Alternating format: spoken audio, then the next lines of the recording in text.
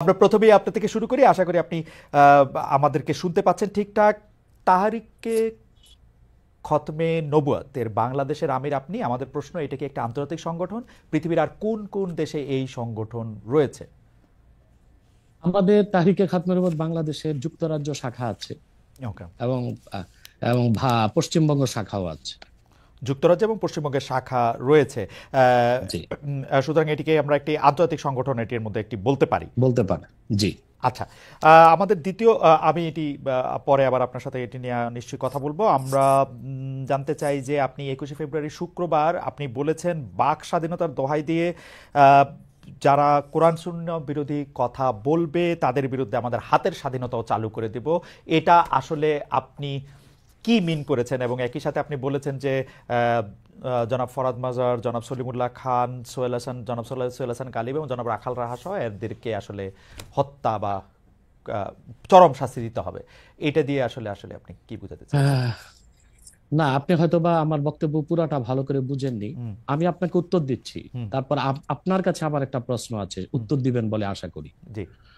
প্রথম হচ্ছে যে আমি যে বলেছি হাতের স্বাধীনতা, এটা বলেছি রাখাল রাহা এবং ওই গালিবের ব্যাপারে, যারা আল্লাহ তার হাবিব মোহাম্মদ সাল্লাল্লাহু আলাইহি সাল্লামের আরশচুম্বী সম্মান মর্যাদার বিপক্ষে বক্তব্য দিয়েছে, আমাদের হৃদয়ে রক্তের ক্ষরণ সৃষ্টি করেছে, আমাদের ইমানে আঘাত করেছে।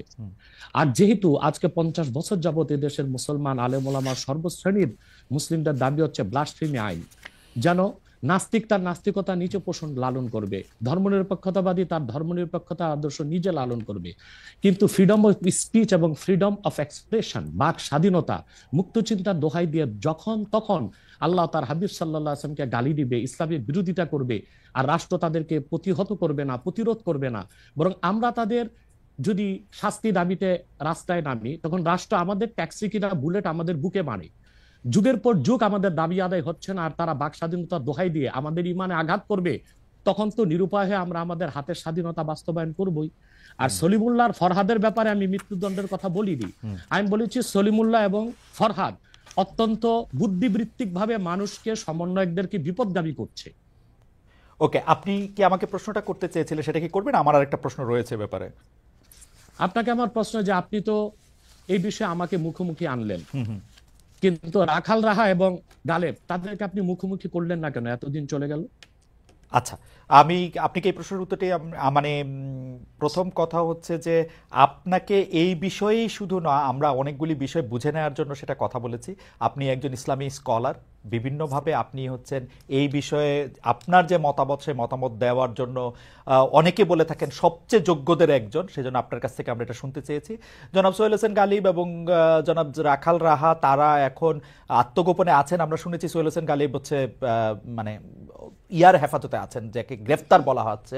সেই জন্য আমরা তাকে আসলে ইচ্ছা করলেও আমরা আসলে তাকে পাবো না এবং তাকে মুখোমুখি করার ব্যাপারে আমরা পারবো না। আপনাকে মুখোমুখি করার অর্থ হচ্ছে আমরা আপনার কাছে অনেক কিছু আসলে জানতে চাই এবং বুঝে নিতে চাই, যেহেতু আপনি এই বিষয়ে কথা বলার জন্য সবচেয়ে যোগ্যদের একজন বলে অনেকেই মত দিয়ে থাকেন। সেই জন্য আমি আশা করি যে আপনার প্রশ্নের উত্তর আমি দিতে পেরেছি। মানে আপনার সাথে ওনাদের তুলনা আমি করতে চাই না আর কি। হাওয়েভার, জনাব আব্বাসী, আমি কি আপনাকে পরবর্তী প্রশ্ন করতে পারি? আচ্ছা, আপনি বলেছেন যে আমাদের হাতের স্বাধীনতা যেহেতু আপনার এটা পালন করা হচ্ছে না, সেখানে আমাদের বলতে আপনি কাদের কথা বুঝিয়েছেন? সেটাকে আপনি হাতে তুলে নেবেন নাকি আপনি আহ্বান জানাচ্ছেন হাতের স্বাধীনতা প্রয়োগ করার ব্যাপারে? দেখুন, আমাদের মধ্যে আপনিও আছেন। ওকে। কারণ আপনার নাম মহিউদ্দিন, আপনি জানেন আপনার নামের অর্থ কি? আমার নামের অর্থ আমি জানি, কিন্তু আমি আপনার মানে আপনার বক্তব্যের সাথে দ্বিমত পোষণ করেন এরকম অনেক আলেমকেও আমি চিনি আর কি। যাই হোক, সেটার ব্যাপারে আমি পরে আসছি। আপনি আমার শিক্ষক হিসেবে আপনি আমাকে একটু ব্যাখ্যা করেন যে জিনিসটা আসলে আমাদেরটাকে। জি জি, সরি। আমি খালেদ ভাই আপনাকে ভাই বলছি। জি, আপনি আমার চেয়ে বয়সে বড় হবেন। জি। দ্বিতীয় কথা হচ্ছে, উত্তরটা শুধু আপনাকে দিচ্ছি না, আপনার মাধ্যমে অনেককেই দিচ্ছি। আল্লাহ তাআলা পৃথিবীর মানুষকে 3টা শ্রেণীতে ভাগ করেছেন: মুমিনুন, কাফিরুন, মুনাফিকুন। এই জন্য 3 নামে কোরআন কারিমের সূরাও এসেছে। মুমিনের নামে সূরা আল মুমিনুন, কাফিরের নামে সূরা কাফিরুন, মুনাফিকের নামে মুনাফিকুন। তার মানে বিশ্বাসী অবিশ্বাসী বর্ণচোরা। যারাই মুমিনুন বা বিশ্বাসী, আপনি যদি সেই বিশ্বাসীদের একজন হন, তবে হাতের স্বাধীনতাকে আপনিও সমর্থন করবেন। আমি আপনাকেও আমার মধ্যেই রাখলাম। আমি আপনার হাতের স্বাধীনতাকে আমি আসলে এখন পর্যন্ত সমর্থন করতে পারতেছি না, এইটা আমি বুঝতে চাইতেছি। কারণ হচ্ছে যে অনেক, এটা আপনি আমাকে বলেন সেই আপনি কিনা, মানে আমাকে না রেখে আপনি আপনাকে বলেন যে এই হাতের স্বাধীনতা আপনার কিনা। এবং পাশাপাশি আমার প্রশ্ন, বাংলাদেশে এই রকম ফতোয়া দেওয়ার আর কার অধিকার রয়েছে, বা আপনি ছাড়া আর কে এরকম বলতে পারেন? দেখুন, হ্যাঁ সেটাই বলছি। আমি আমার থেকে আপনাকে দূরে সরাতে চাই না, কারণ আপনি মহিউদ্দিন মানে যে দিনকে জিন্দা করে, রাইট, ধর্মের পুনরুদ্ধার, দিনের সংস্কার। হ্যাঁ, পুনরুদ্ধার না, দিন তো পরিপূর্ণ হয়ে গেছে ১,৫০০ বছর আগে। অর্থাৎ ধর্মের পক্ষে যে কাজ করে, দিনের মৌলিক বিধানগুলোকে বাস্তবায়নে যে সচেষ্ট, সেজন্য আপনি আমার মধ্যে যদি আপনার নাম আর আপনার কাজে ভিন্ন হয়, তাহলে আপনি কিন্তু দুঃখ নিবেন না, মুনাফেক বা বর্ণচোরাদের অন্তর্ভুক্ত হন। যেহেতু আপনি মহিউদ্দিন এবং আপনি একজন মুসলিম পরিচয় দিচ্ছেন, এটা সকল মুসলিমদের পক্ষ থেকে আমার ফতোয়া। কেন, সেটা আমি ব্যাখ্যা করে দিচ্ছি। রাষ্ট্রের কাজ কি? শুধু অন্য ধর্মের মানুষের অধিকারকে রক্ষা করা? বাংলাদেশ একটি গণতান্ত্রিক রাষ্ট্র। গণতন্ত্রের মূল কনসেপ্ট হচ্ছে decision of much people will be granted. এদেশে সকল মুসলমানই মুরতাদের শাস্তি, মৃত্যুদণ্ড চায়। একটা ক্ষেত্রে আমাদের আলেম ওলামাদের মধ্যে কিছু মতভেদ আছে, সেটা হচ্ছে যে মুরতাদকে তওবা করার সুযোগ দেওয়া হবে কিনা। কিন্তু ৪ মাযহাবে ৩ মাযহাবের মতে মুরতাদদেরকে তওবার সুযোগ দেওয়া হবে, ৪ মাযহাব মতে। কিন্তু মুরতাদদের মধ্যে যারা শাতেম, তাদের বিষয়টা ভিন্ন।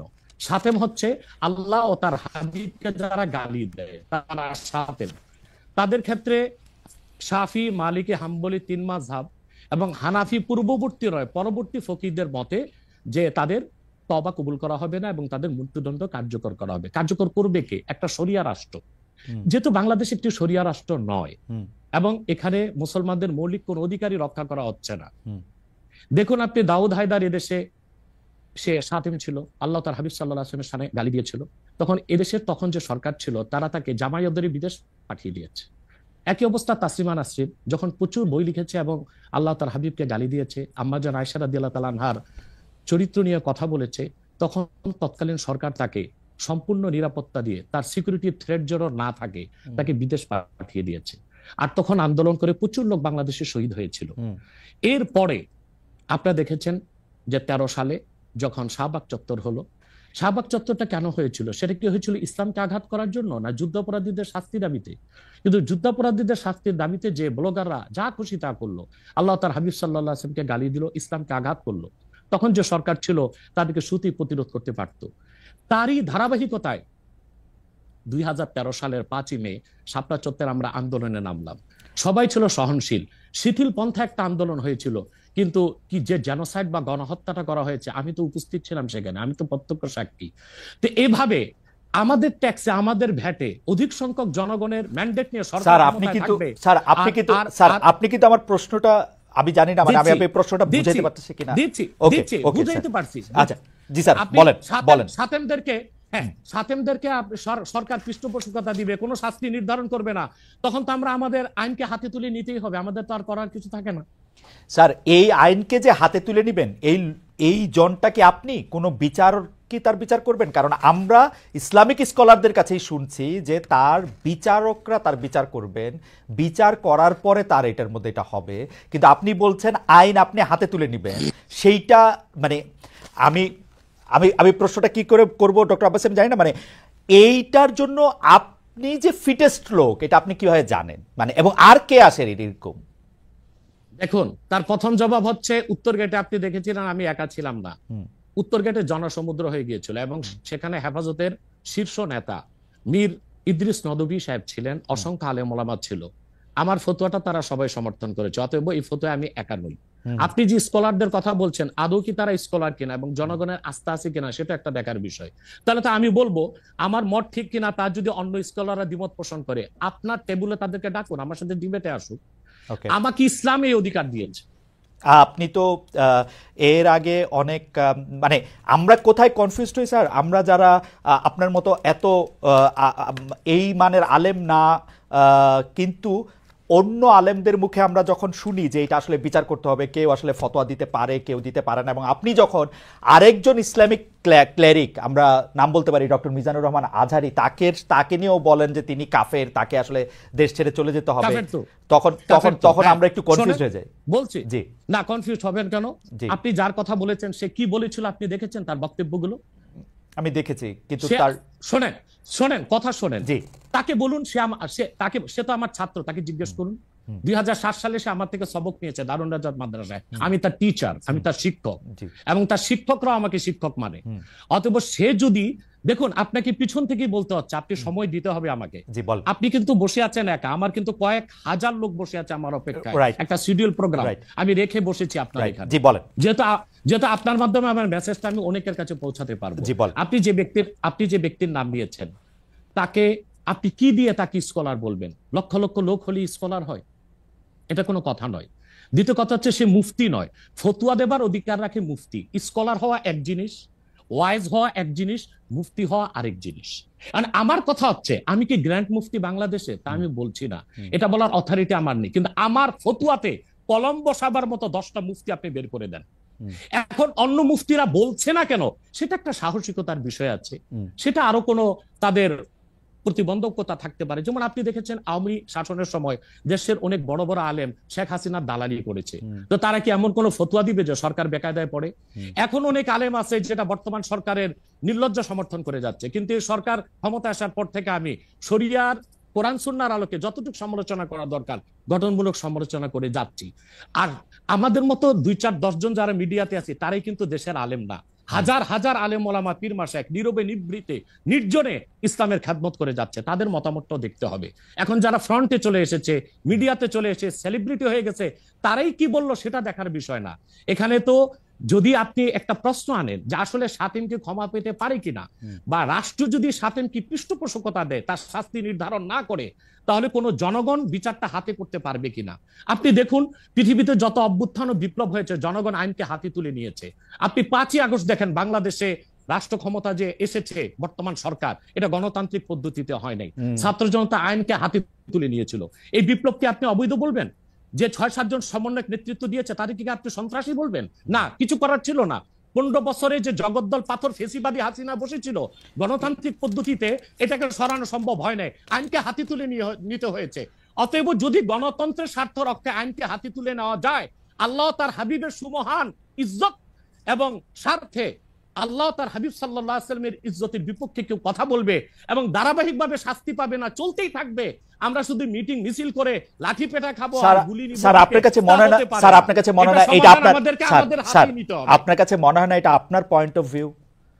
বিকজ আপনি যা বলছেন, হ্যাঁ আপনি এটা ঠিক যে আপনি তো একজন স্কলার, শিক্ষক, পড়াচ্ছেন, এবং আপনি গ্র্যান্ড মুফতি না হলেও একজন মুফতি, কিন্তু আমরা ধরেন আমি এখন কথা বললাম হচ্ছে যে বাংলাদেশে কিন্তু এইটাও প্রচলিত যে যারা বলতেছে যে তারা আসলে যা কিছু পরীক্ষিত হাদিস নয়, যা কিছু পরীক্ষিতভাবে কোরআনের ফয়সালা নয়, তারা তা মানতে চান না। ধরা যাক ঈদে মিলাদুন্নবী সম্পর্কে তাদের একটা বয়ান আছে, তাদের আরও অনেক কিছু নিয়ে তাদের একটা বয়ান আছে। তাদের মধ্যে থেকেও কেউ কেউ আছেন যারা মক্কা মদিনায় বড় বড় জায়গায় আলেমের কাজ করতেছেন। আমি আব্দুর রাজ্জাক বিন ইউসুফের কথা বলতে পারি, আরও আপনি জানেন কাদের কথা আমি বলছি। তাদের কেউ কেউ মনে করেন আপনার পথ তো আসলে ঠিক না। 1, 2 হচ্ছে আপনি যার কথা যেভাবে বলতেছেন যে ধরেন মিজানুর রহমান আজহারি কি আসলে একজন স্কলার কিনা। এখন কেউ কেউ তো এই প্রশ্ন তুলেছেন যে জনাব এনায়েতুল্লাহ আব্বাসীও যথেষ্ট পরিমাণে এই জায়গায় আছেন কিনা। সেই জন্য আমি জানতে চাইতেছিলাম যে আপনি যখন আইন হাতে তুলে নেওয়ার কথা বলেন স্যার, সেইটা কি আপনি কিভাবে তার যোগ্য, এবং আপনি ছাড়া আর কে আছেন এটার মধ্যে যোগ্যতার জায়গায় আর কি? আমি এখন বলছি, আমি মনে করি আমি গ্র্যান্ড মুফতি বাংলাদেশের। আচ্ছা, আপনি মনে করছেন আপনি গ্র্যান্ড মুফতি? ওকে, এবং এটা আমি চ্যালেঞ্জে। ওকে ওকে, আমার ফতুয়ার বিপক্ষে, শোনেন, আমার ফতুয়ার বিপক্ষে যে যাচ্ছে তাকে আমার সাথে বসান, আপনার প্ল্যাটফর্মে বসান। দ্বিতীয় কথা হচ্ছে ঈদে মিলাদুন্নবী নিয়ে যে আপনি প্রশ্ন করেছেন, ঈদে মিলাদুন্নবী সাল্লাল্লাহু আলাইহি ওয়াসাল্লাম নিয়ে অনেক ডিবেট হয়েছে, এবং ঈদে মিলাদুন্নবীর পক্ষে যারা, তারাই বিজয়ী হয়েছে। আর বাংলাদেশে ওলামায়ে দেওবন্দের একটা বিরাট অংশ যারা মূল ধারার, তারা কিন্তু ঈদে মিলাদুন্নবী নিয়ে কখনো বিরোধিতা করে না। কিছু মাত্র স্কলার আছেন যারা কোনোভাবে পারসেজ হয়ে আছেন, তারাই ঈদে মিলাদুন্নবীর বিরোধিতা করে। আমরা হচ্ছি, আমরা বলি মিলাদ যার সিরাত নার তার, মিলাদুন নবী সাল্লাল্লাহু আলাইহি ওয়াসাল্লাম ব্যানারও মাহফিল হতে পারে, সিরাতুন নবী সাল্লাল্লাহু আলাইহি ওয়াসাল্লাম ব্যানারও মাহফিল হতে পারে। এবং আপনি শুনেছেন আজকে 4 বছর যাবত সৌদি সরকার উচ্চ ওলামা পরিষদ ফতোয়া দিয়েছে যে ঈদে মিলাদুন নবী উপলক্ষে মাহফিল সৌদি আরবে হবে, এবং 12 রবিউল আউয়াল তারা রাষ্ট্রীয় ছুটি ঘোষণা করে রেখেছে। এবং বাংলাদেশে বর্তমান সরকারও যথেষ্ট আলেম ওলামা আছেন যারা কওমি ঘরানার এবং দেওবন্দ ঘরানার, যাদেরকে আমরা আহলে হক মনে করে থাকি, এবং আমরা মনে করি জৌনপুর, ফুরফুরা, সারসিনা, আহলে সুন্নাত, আহলে হক একই ধারাতেই চলে আসছে। তারাও কিন্তু ইসলামিক ফাউন্ডেশনের দায়িত্বে আছে, এবং তারা কিন্তু এবারও ঈদে মিলাদুন্নবী ব্যানারে প্রোগ্রাম করেছে, এবং আমি সেখানে অংশগ্রহণ করেছিলাম একদিন। অতএব বিচ্ছিন্নভাবে কে কি ঈদে মিলাদুন্নবীর বিরোধিতা করলো, আব্দুর রাজ্জাক সাহেবের নাম বলেছেন, ওনাকেই বসান আমার সাথে কথা বলি, সংলাপ হতে তো কোনো দোষ নাই। ওকে, বা আপনি আরো যাদের কথা বলেছেন আচ্ছা তাদেরকে বসান আমাদের সাথে। আচ্ছা, আমার এখানে একটা সম্পূরক জাস্ট প্রশ্ন আছে আইনের ব্যাপারে। যেহেতু তেহরিকে খতমে নবুয়তের শাখা যুক্তরাজ্যেও আছে, এখানেও আছে, আপনি একইভাবে এই কথা বা ভারতের পশ্চিমবঙ্গের কথা বলেছেন, এইখানে যেটা বলছেন সেটা কি যুক্তরাজ্য এবং ভারতের পশ্চিমবঙ্গের জন্য প্রযোজ্য? যুক্তরাজ্যেও যদি কেউ এই ধরনের কথা বলে তাকেও কি আপনি এরকম একটা কথা বলবেন বা বলতে পারবেন? জি জি বলবো। আমি যুক্তরাজ্যে যে সাফার করে এসেছি সেটা শোনেন আগে। 2 বছর আগে আমি যুক্তরাজ্যে গিয়েছিলাম। আমার 7টা প্রোগ্রাম ছিল। 4টা প্রোগ্রাম করতে পেরেছি, 3টা প্রোগ্রাম আমি করতে পারিনি। এবং সেখানে আমার বিরোধিতা করেছিল নাইজেল ফারাজ। আপনি জানেন তাকে, সিএনএন এ নিউজ প্রেজেন্টার, এবং সে ব্রেক্সিট আন্দোলনের হোতা ছিল, এবং সে ব্রিটিশ পার্লামেন্টে মেম্বার ছিল। আমার যেদিন সেন্ট্রাল লন্ডনে প্রোগ্রাম ছিল, নাইজেল ফারাজ লং মার্চের ঘোষণা দিয়েছিল, এবং আমি সেখানে যেতে পারিনি। কেন? নাইজেল ফারাজ 23টা প্রতিবেদন করেছিল আমার বিপক্ষে, তার মধ্যে উল্লেখযোগ্য ছিল যে আমি মুরতাদের শাস্তি মৃত্যুদণ্ড চাই। বাট ব্রিটিশ পুলিশ আমাকে অ্যারেস্ট করেনি, এবং ব্রিটিশ পুলিশ আমাকে শুধু প্রোগ্রাম করতে দেয়নি সহিংসতা বেশের জন্য। কিন্তু আমি রানীকে গালি দিয়েছি, সেটাও সেখানে তুলে ধরা হয়েছে। আমি রানীকে গালি দেওয়া যায় ইংল্যান্ডে? হ্যাঁ, মুরতাদের শাস্তি মৃত্যুদণ্ড চেয়েছি, সেইটা 23টা প্রতিবেদন করে আমার এই বক্তব্য ফতোয়াগুলো সেখানে লন্ডনে দেখানো হয়েছে। আমি বাংলাদেশে যে চরিত্র, লন্ডনে সেই চরিত্র, পশ্চিম বাংলায় সেই চরিত্র।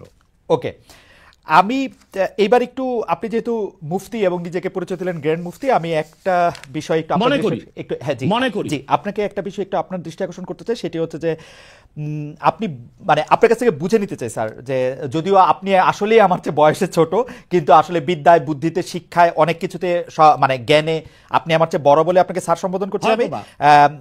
না,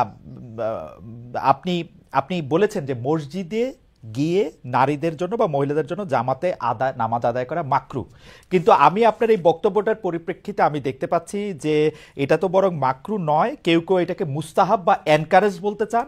অনেকে উদাহরণ দিচ্ছেন আয়েশা, যিনি প্রফেটের স্ত্রী ছিলেন, রাদিয়াল্লাহু আনহা, হ্যাঁ আয়েশা রাদিয়াল্লাহু আনহা, উনি ইমামতি করে মেয়েদের নামাজ পড়িয়েছেন, এবং যে জায়গায় আপনি এটা মুকরু বলছেন ওই জায়গায় কেউ মুস্তাহাব বলতে গিয়ে আপনার বক্তব্যের বিরোধিতা করছেন। এটা নিয়ে আপনি যদি আমাদের একটু বলেন। এটা আমি চ্যালেঞ্জ করছি, ওপেন চ্যালেঞ্জ। আম্মা জান আয়েশা রাদিয়াল্লাহু তাআলা আনহা কখনো ইমামতি করেননি, বরং জাকওয়ান ইমামতি করেছিল, পিছনে তিনি নামাজ পড়েছিলেন। সেটা ফরজ নামাজ ছিল না, তারাবিয়ার নামাজ। আপনাকে যে তথ্য দিয়েছে সে ভুল তথ্য দিয়েছে। ওকে, সেটা মেয়েদের নামাজ পড়াটা মুস্তাহাব কিনা? এক। দ্বিতীয় হচ্ছে আল্লাহর হাবিব সাল্লাল্লাহু আলাইহি ওয়াসাল্লামের নূরের জামানায় মসজিদ নববীতে মহিলাদেরকে অ্যালাউ করা হতো, তারা নামাজে আসতেন। কিন্তু আল্লাহর হাবিব সাল্লাল্লাহু আলাইহি ওয়াসাল্লাম মহিলাদেরকে নিরুৎসাহিত করেছিলেন, নিষেধ করেন নাই। কারণ মহিলাদেরও দিন শেখা বাকি ছিল, এবং আল্লাহ হাবিব সাল্লাল্লাহু আলাইহি ওয়াসাল্লামের কাছে ওহী আসতো, সেজন্য মহিলাদের নিষেধ করা হতো না, তারা মসজিদে আসতেন। হযরত ওমর রাদিয়াল্লাহু তাআলা আনহু তার খেলাফতের সময় বলেছেন মহিলাদের জন্য ঘরেই নামাজ পড়াটা উত্তম। তখন প্রচুর পরিমাণ সাহাবী উপস্থিত ছিলেন, তারা হযরত ওমরের এই কাজে কেউ বাধা দেননি। সেজন্য মহিলাদের মসজিদে আসাটা হারাম নয়, মাকরু বলা হয়েছে জামাতে আসা। কারণ আম্মাজান আয়েশা রাদিয়াল্লাহু তাআলা আনহা নিজেও বলেছিলেন যে বর্তমানে মানে 1500 বছর আগেই আম্মাজান আয়েশা বলেছেন যে এখন মহিলাদের মসজিদে না আসাই উচিত ফিতনার এই সময়। তো 1500 বছর আগে যদি ফিতনার আশঙ্কা করে আম্মাজান আয়েশা মসজিদ নববীতে মহিলাদের আসাটাকে নিরুৎসাহিত করে থাকেন, তাহলে হযরত ওমর রাদিয়াল্লাহু তাআলা আনহুর সিদ্ধান্তটা সঠিক ছিল। আর বর্তমান যুগে সেটা আমরাও নিরুৎসাহিত করি, এজন্যই মাকরু বলি। মাকরু মানে হারাম নয়, খুব কঠিনভাবে নিষিদ্ধ নয়, জাস্ট নিরুৎসাহিত করা। আপনি মাকরু ফতোয়াটা কোথায় পেলেন? আর আপনি যে বলছেন যে আয়েশা রাদিয়াল্লাহু আনহা এটা পড়েন নাই, কিন্তু আমি এখন যেটা দেখতে পাচ্ছি যে women praying in congregation among themselves, এটা মাদিনা বলে একটা পিরিয়ডিক্যালস বাইর হয় মদিনা ইউনিভার্সিটি থেকে, সেইখান থেকে একজন বলতেছেন যে এটা পড়ছেন। আমি তো এটা সত্য অসত্য বিচার করতে পারবো না। আয়সা আয়সা রাদিয়াল্লাহু তাআলা আনহা ইমামতি করেননি, তিনি জাকওয়ান ওনার খাদেমের পিছনে নামাজ পড়েছেন। ওকে, সেটা ফরজ নামাজ ছিল না, তারাবিহের নামাজ ছিল। জি, এটা বুখারী শরীফের হাদিস। আমাকে সময় দিলেন, বের করে দিব। আচ্ছা ঠিক আছে, আপনি কি এইটা একটু বলবেন যে মাকরুটা আপনি কোথায় পেলেন? এটা হানাফিদের সর্বসম্মত মত। হানাফিদের সর্বসম্মত মত যে মেয়েদের মসজিদে গিয়ে নামাজ পড়াটা মাকরু। জামাতে হজের সময় ওটা ভিন্ন বিষয়, ওইটা ভিন্ন হজটা তো বিষয়। ফরজ, হজটা ফরজ, এবং সেখানে নামাজ আদায় করা, ওই সময় মেয়েরা জামাত আদায় করতেছে, একেবারে ওইটা ওরা করতে পারবে। কিন্তু পরে আর এমনিতে নরমালি আর পারবে না। পারবে না মানে বললাম তো, নিরুৎসাহিত করা হয়েছে। তারা ঘরে পড়বে, ঘরে পড়াটাই স্যার, উত্তম। এটা যদি মাকরু হইতো তাহলে কি হজের সময় এটা পড়াটা জায়েজ থাকতো? না, স্থানকাল ভেদে পার্থক্য আছে না। আপনি এখন তো আপনি আজকে আগামীকাল দুপুরে আপনি পানাহার করতে পারবেন, কিন্তু পহেলা রোজায় দুপুরে পানাহার করতে পারবেন? সেটা তো হারাম হয়ে যাবে না। তার মানে স্থানকাল পাত্র বেশে হুকুমটা ভিন্ন হবে না? হবে, কিন্তু যেটা হজে পারমিটেড, যেটা হজের মাঠে পারমিটেড, সেটা আর পৃথিবীর কোথাও মাকরু হইতে পারে? হজটা কি? হজটা হচ্ছে কাবাগরে যেতে হবে, পুরুষকেও যেতে হবে, মহিলাকেও যেতে হবে। কাবাগর একটাই, সেজন্য সেখানে সেটা ছাড় আছে। কিন্তু মসজিদ পৃথিবীতে একটা না, মহিলারা ঘরে নামাজ পড়তে পারবে। হ্যাঁ, তারপর আমরা এটা বলে থাকি, যেমন কোন মহিলা ঢাকা গেল শপিং করার জন্য, এখন নামাজের সময় হলো, সে বাড়িতে আসতে নামাজ কাজা হয়ে যাবে, সে বাইতুল মোকাররম যে নামাজ পড়ে নিক, মহিলাদের জন্য যদি সুব্যবস্থা থেকে পড়তে পারবে। মাকরুটাকে আপনি খুব বড় করে দেখার প্রয়োজন নাই। এই যে আপনার মাথায় টুপি নাই, এটাও কিন্তু মাকরু। স্যার, যেটা মাথায় বসাও মাকরু, রাইট। যেটা কিন্তু তাই বলে তো আপনাকে আমি গুনাহগার বলতে পারছি না, পারেন না বলতে, অসুবিধা নাই। স্যার, আমি যেটা বলতে চাইতেছি, এমন কোন কাজ কি আছে যেটা কাবাগারে করা যায়, অন্য যে কোনো জায়গায় আরেকটা মাকরু হিসেবে বিবেচিত হবে? আর কোন কাজ কি এরকম আছে? বোঝার জন্য জানতে চাইতেছি স্যার। হ্যাঁ, বোঝার জন্য বলতেছি। যেমন কাবাগরে উপস্থিত হলে ওযু অবস্থায় যেতে হবে, অন্য কোন জায়গায় গেলে ওযু অবস্থা লাগবে না। কেউ যদি হজ করতে ইহরাম বাঁধে, স্ত্রীর সহবাস তার জন্য হারাম যতদিন কাবাগরে না, যেটা কাবাগরে করা যায় সেটা অন্য কোথাও হারাম আছে কিনা? কাবাগর, হ্যাঁ, হারাম আছে। যেমন কাবাগর তোয়াফ করা হচ্ছে ফরজ, হজের একটা ফরজ, কিন্তু পৃথিবীর অন্য কোনো ঘর কোনো জায়গায় তোয়াফ করা যায় না, সেখানে যেটা যে অন্য জায়গায় যায় না। মানে যেহেতু কাবাগর তোয়াফ করা যায়, মানে কাবাগর শুধু তোয়াফের জায়গা, কাবাগর তোয়াফ করা ফরজ, কিন্তু পৃথিবীর অন্য কোনো মসজিদ বা আল্লাহর ওলির কোনো কবর বা মাজার তো তোয়াফ করা যাবে না, সেটা তো শিরক। আচ্ছা, তাহলে স্থানকাল পাত্র ভেদে এবং সময়ের ভিন্নতার কারণে হুকুম পরিবর্তন হয়। যেমন আমি আপনাকে একটা উদাহরণ দিয়েছি, আগামীকাল আপনাকে দুপুরে খেতে হবে, সেটা খাওয়া আপনার জন্য সওয়াবের কাজ। আল্লাহ বলেছেন কুলু ওয়াশরাবু, খাও পান করো, কিন্তু ঠিক পহেলা রোজার দিন দুপুরে আপনি খেতে পারবেন না, সেটা হারাম। অথবা মাকরুর বিষয়টাও স্থানকাল পাত্র ভেদে তো পরিবর্তন হবে। লাস্ট কোশ্চেন এই সিরিজে, জাস্ট বোঝার জন্য, আমাদের অনেক দর্শক জানাচ্ছেন যে সৌদি আরব সহ ইসলামী বিশ্বের অনেক দুনিয়ায় মেয়েদের জামাতে নামাজ পড়ার ব্যবস্থা মসজিদে আছে, তাহলে সেই ব্যাপারটা কি মাকরু কিনা, এবং তাদের শরিয়া বোর্ড সেইটাকে আসলে পরীক্ষা করছে কিনা? আবার বলেন তো প্রশ্নটা। এমন অনেক মুসলিম দেশ আছে, সৌদি আরব সহ, আরব দেশ সহ, যেখানে জামাতে মেয়েদের নামাজ পড়ার ব্যবস্থা আছে। বিশেষ করে রমজানের সময় তো তারাবির নামাজের ক্ষেত্রে মেয়েরা অনেকেই যান। তো সেই ক্ষেত্রে তারা এই মাকরুর ব্যাপারটা অবগত কিনা, তাদের শরিয়া ব্যাপারটার দিকে নজর রাখছে কিনা? আপনি হয়তো ভুলে গেছেন আমার উত্তরটা। হানাফি মাযহাব মতে মাকরু। আমরা যেহেতু মাযহাব হানাফি মানি, এই জন্য মাকরু। কিন্তু সৌদি আরবে হানাফি মাযহাব না, হাম্বলি মাযহাব, সেখানে মাকরু না। আচ্ছা, মানে হানাফি মাযহাব মতে মাকরু। ওকে, আমি পরের আপনার বক্তব্যটা নিশ্চয়ই অন্য আলেমরাও শুনেছেন, তারা তাদের মতো করে তারা ব্যাপারটা বিবেচনা করে দেখবেন। আমরা এটা শুনলাম। এইবার নেক্সট প্রসঙ্গে বা প্রশ্নে আপনাকে নারীদের নামাজের ব্যাপারে একটা হাদিস শোনায় দিচ্ছি। সহিহ মুসলিম হাদিস নাম্বার 1027। আন আমরাতা বিনতে আব্দুর রহমান أنها أخبرته أن عائشة زوج النبي صلى الله عليه وسلم قالت لو أدرك رسول الله صلى الله عليه وسلم ما أدرك النساء لمنعهن المسجد। পরিষ্কার সহিহ মুসলিমের হাদিস। হযরত আমরা বিনতে আব্দুর রহমান বলেন, রাসূল সাল্লাল্লাহু আলাইহি সাল্লামের সহধর্মিণী আল্লাহর হাবিব সাল্লাল্লাহু আলাইহি ওয়াসাল্লামের স্ত্রী আম্মাজান আয়েশা রাদিয়াল্লাহু তাআলা আনহা, যার কথা বলেছেন তিনি নামাজ পড়েছেন, উনি বলেছেন যে বর্তমানে মহিলাদের এখনকার অবস্থা যদি আল্লাহর হাবিব সাল্লাল্লাহু আলাইহি ওয়াসাল্লাম দেখতেন, তাহলে তাদেরকে মসজিদে আসতে নিষেধ করতেন। সহিহ মুসলিম হাদিস নাম্বার 1027। আপনি সেই স্কলারদেরকে বলেন এই হাদিসটার জবাব আমাকে দিতে। ওকে, তার মানে আমি শেষ করি। তার মানে হচ্ছে মহিলাদেরকে মাকরু বলার দ্বারা হানাফি মাযহাবে যে নিষেধ করা হয়েছে, কঠিন নিষেধ না, মানে নিরুৎসাহিত করা হয়েছে। ওকে, ঠিক আছে, এটা নিশ্চয়ই এটা নিরুৎসাহিত করা হয়েছে, এটা আপনি বলছেন, নিশ্চয়ই এটা একটা প্রণিধানযোগ্য। আমি আমি দলিল দিয়েছি, আমি দলিল দিয়েছি। আমি আমি এই বিষয়ে আর আপনার সাথে পরবর্তী প্রসঙ্গে আসি। সেটা হচ্ছে যে আমরা মানে আপনি এখানে আসবেন, অনেকে অনেক ধরনের মন্তব্য করেন, প্রশ্ন করেন, অনেকের মধ্যে অনেক ধরনের উৎসাহ আছে, অনেক ধরনের জানার বিষয়ও আছে। সেই জন্য আপনি যেটাকে বলছে হচ্ছে যে আপনাকে বলা হচ্ছে যে একজন পেশাদার বক্তা, যখন আপনি যেহেতু আপনি বক্তৃতা দিয়ে টাকা নিয়ে থাকেন, এইটা আপনি ঘন্টায় কত টাকা নেন সেটা নিয়েও মানুষের মধ্যে উৎসাহ আছে। এই ধরনের বিষয় নিয়ে আপনি কি বলবেন? কেউ কেউ আবার বলে থাকেন আপনি যে বক্তৃতা দেন সেটা দিয়ে একটা নির্দিষ্ট অঙ্কের টাকা নেওয়াটাও আসলে ঠিক হচ্ছে কিনা সেটা নিয়ে অনেকে অনেকে প্রশ্ন। অনেকে, গোস্তাকি মাফ করবেন, অনেকে আপনাকে হেলিকপ্টার হুজুর বলেন, কারণ আপনি বিভিন্ন জায়গায় হেলিকপ্টারে যেতে পছন্দ করেন। এই ধরনের নিউজ, এই ধরনের আলোচনা আপনি আসলে কিভাবে নিয়ে থাকেন?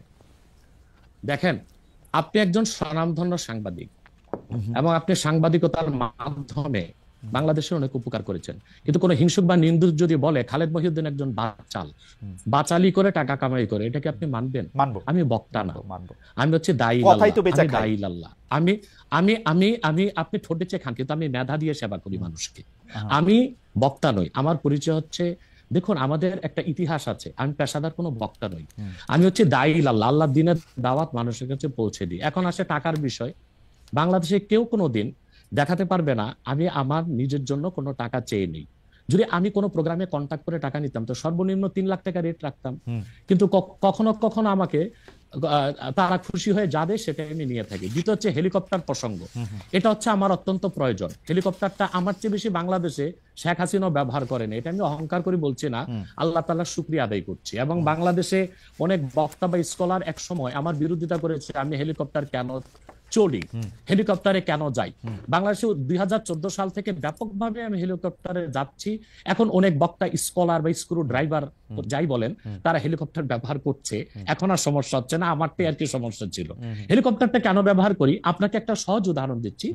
গত পরশুদিন আমার একটা প্রোগ্রাম ছিল মেঘনাতে, দিনে বাদে জোহর, আর রাতে আমার প্রোগ্রাম ছিল রংপুর হারাগাছ, সেটা মিডিয়াতে ব্যাপক প্রচার হয়েছে। পরের দিন আমার প্রোগ্রাম ছিল কালকে লোহাগাড়া, এই চট্টগ্রাম সাতকানিয়ায়। এখন আমি হেলিকপ্টার ব্যবহার না করে দিন ও রাতে 3টা প্রোগ্রাম করা কি আদৌ সম্ভব? না, সম্ভব না।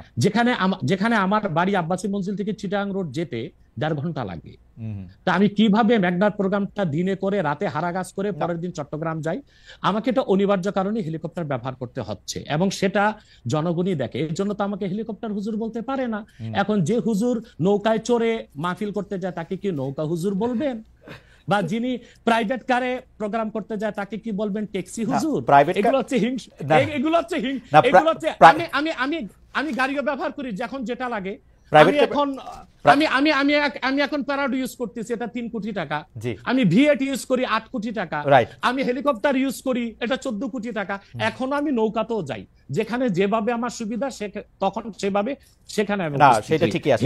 আমি কিন্তু মনে করি যে এখন হিংসুক বা নিন্দুকরা কি বললো সেটা তো আপনার মতো না, সেটা ঠিক আছে। না না না না, আমি কিন্তু মনে করি যে আপনাকে যত ব্যস্ত থাকতে হয়, আপনি যদি পথে এর মধ্যে থেকে আপনার দিনের একটা বড় অংশ আপনি ব্যয় করেন, এটা আপনার জন্য এটা আসলে কোনোভাবেই এটা মানে এটা কেউই এটা করবে না। আমার কাছে মনে হয় যে আপনার ব্যস্ততার জায়গা থেকে আপনার এটা করতেই হবে। কিন্তু আমার যে প্রশ্ন ছিল যে আপনি এর জন্য নিজেকে একজন প্রফেশনাল স্পিকার মনে করেন কিনা, আপনি মনে করেন কিনা যে আপনি যে বিভিন্ন জায়গায় বক্তৃতা দিতে যাচ্ছেন এবং আপনার যে একটা অসম্ভব চাহিদা বিভিন্ন জায়গায়, আজকে এখানে কালকে সেখানে, সেইটা আপনার আয়ের একটা বড় উৎস কিনা? দেখুন, এটা ছাড়া আমার আয়ের ব্যবস্থা ছিল। আমাদের যে বাংলাদেশে আমাদের যে আধ্যাত্মিক ঘরানার আমরা সন্তান, আপনি জানেন আমাদের বংশের মুরব্বী শাহ কারামত আলী জনপুর রহমতুল্লাহ, তাকে বলা হয় বাংলাদেশের আধ্যাত্মিক জনক। 2 নেশন থিওরির ভিত্তিতে দেশ স্বাধীন হয়েছে, এবং ডব্লিউ হান্টার তার বইতে উল্লেখ করেছে, এনসাইক্লোপিডিয়া অফ ব্রিটানিকাতে এসেছে, ইসলামিক ফাউন্ডেশন বিশ্বকোষে এসেছে, কারামত আলী জনপুর রহমতুল্লাহর হাতে 2 কোটি লোক মুসলমান হয়েছে। ওনার কারণেই পরবর্তীতে দেশটা স্বাধীন হয়েছে। উনি ইন্তেকাল করেছেন 154 বছর আগে। আমি ওনার সিলসিলায়, ওনার বংশের, আমরা জোনপুরি পীর সাহেব বলে খ্যাত। আমি যদি অন্য পীরদের মতো আব্বাসী মঞ্জিলে বসে পিরি মুরিদি করে যেতাম, তাহলে আমার কোটি কোটি টাকা বছরে আসতো। মূলত আমার হচ্ছে দিনের দাওয়াত দেওয়াটাই আমার মূল কাজ। তারপর জনগণ যেটা খুশি হয়ে আমাকে সম্মান করে, সেটা আমার জন্য যথেষ্ট। আপনি কি আব্বাসী, এটা আমার পেশা নয়, এটা নেশা। আপনি কি আব্বাসী মঞ্জিলে আর এখন বসেন না? মানে ওই সিলসিলা কি আপনি? বসি। বসি, কিন্তু কিন্তু মূল হাইলাইটস করা হচ্ছে দাওয়াতের কাজকে। আপনার আমি দাওয়াতি কাজে ব্যস্ত থাকি। আপনার মূল, আপনি ইচ্ছা করলে হইতেই পারতেন, কারণ আমরা জৌনপুরের পীর সাহেবদের সম্পর্কে আমরা অবগত, তাদের অনেক ফলোয়ার আছে। আরেকটা কথা বলি আপনাকে, আরেকটা কথা বলি। আমি এখনো দিন রাত জেগে আমার ছাত্রদেরকে পড়াই। আমি বুখারী শরীফ প্রথম খণ্ড আমার ছাত্রদেরকে পড়াই। তো শুধু মাদ্রাসায় পড়িও আমি কয়েক লাখ টাকা কামাই করতে পারতাম, বই লেখক কামাই করতে পারতাম, কিন্তু আমি মনে করি তৃণমূল পর্যায়ে আল্লাহর কোরআনের দাওয়াত পৌঁছে দেওয়ার জন্য ওয়াজ মাহফিলের কোনো বিকল্প নেই। রাইট, সেই জন্য এটা আমার পেশা নয়, এটা আমার নেশা। এটা আপনার নেশা, কিন্তু আপনি অন্যগুলি যেগুলি আপনি অর্থকরী দিতে পারতেন সেগুলি তো আপনি নেন নাই। আপনি নিছেন হচ্ছে দিনের দাওয়াতের জায়গাটাকে, টাইমটাকে, সেই ওগুলি আপনি ঠিক টাকার জন্য আপনি ব্যবহার করছেন না, আয়ের ব্যবস্থা নয়। রাইট, সেই জন্য আমরা আপনাকে একজন পেশাদার মানে বা প্রফেশনাল রিলিজিয়াস স্পিকার এরকম বলতে পারি কিনা, সেইটাই ছিল আর কি আমাদের প্রশ্ন। না, পেশাদার বলতে পারি না। ওকে, আপনি আসছেন এখানে, আমরা দর্শকদের কাছে একটা প্রশ্ন করেছিলাম যে আগামী জাতীয় নির্বাচন ঘিরে বাংলাদেশে ইসলামপন্থী দলগুলোর মধ্যে ঐক্য প্রক্রিয়া সফল হবেন বলে মনে করেন কিনা দর্শকরা। শতকরা 56% দর্শক মনে করছেন হ্যাঁ, শতকরা 44% দর্শক মনে করছেন যে না, সেই ঐক্য প্রক্রিয়া সফল হবে না। 70,000 দর্শক ভোট দিয়েছেন। আমি একটু আবার জনাব আব্বাসীর কাছে ফিরি। জনাব আব্বাসী, আপনি আপনার বক্তব্যে সামাজিক বিষয়, আধ্যাত্মিক বা পারলৌকিক বিষয়গুলির পাশাপাশি রাজনৈতিক বিষয়গুলিও উঠে আসে। আপনি যখন যে প্রয়োজন মনে করেন দাবি দাওয়া নিয়েও মাঠে নামেন।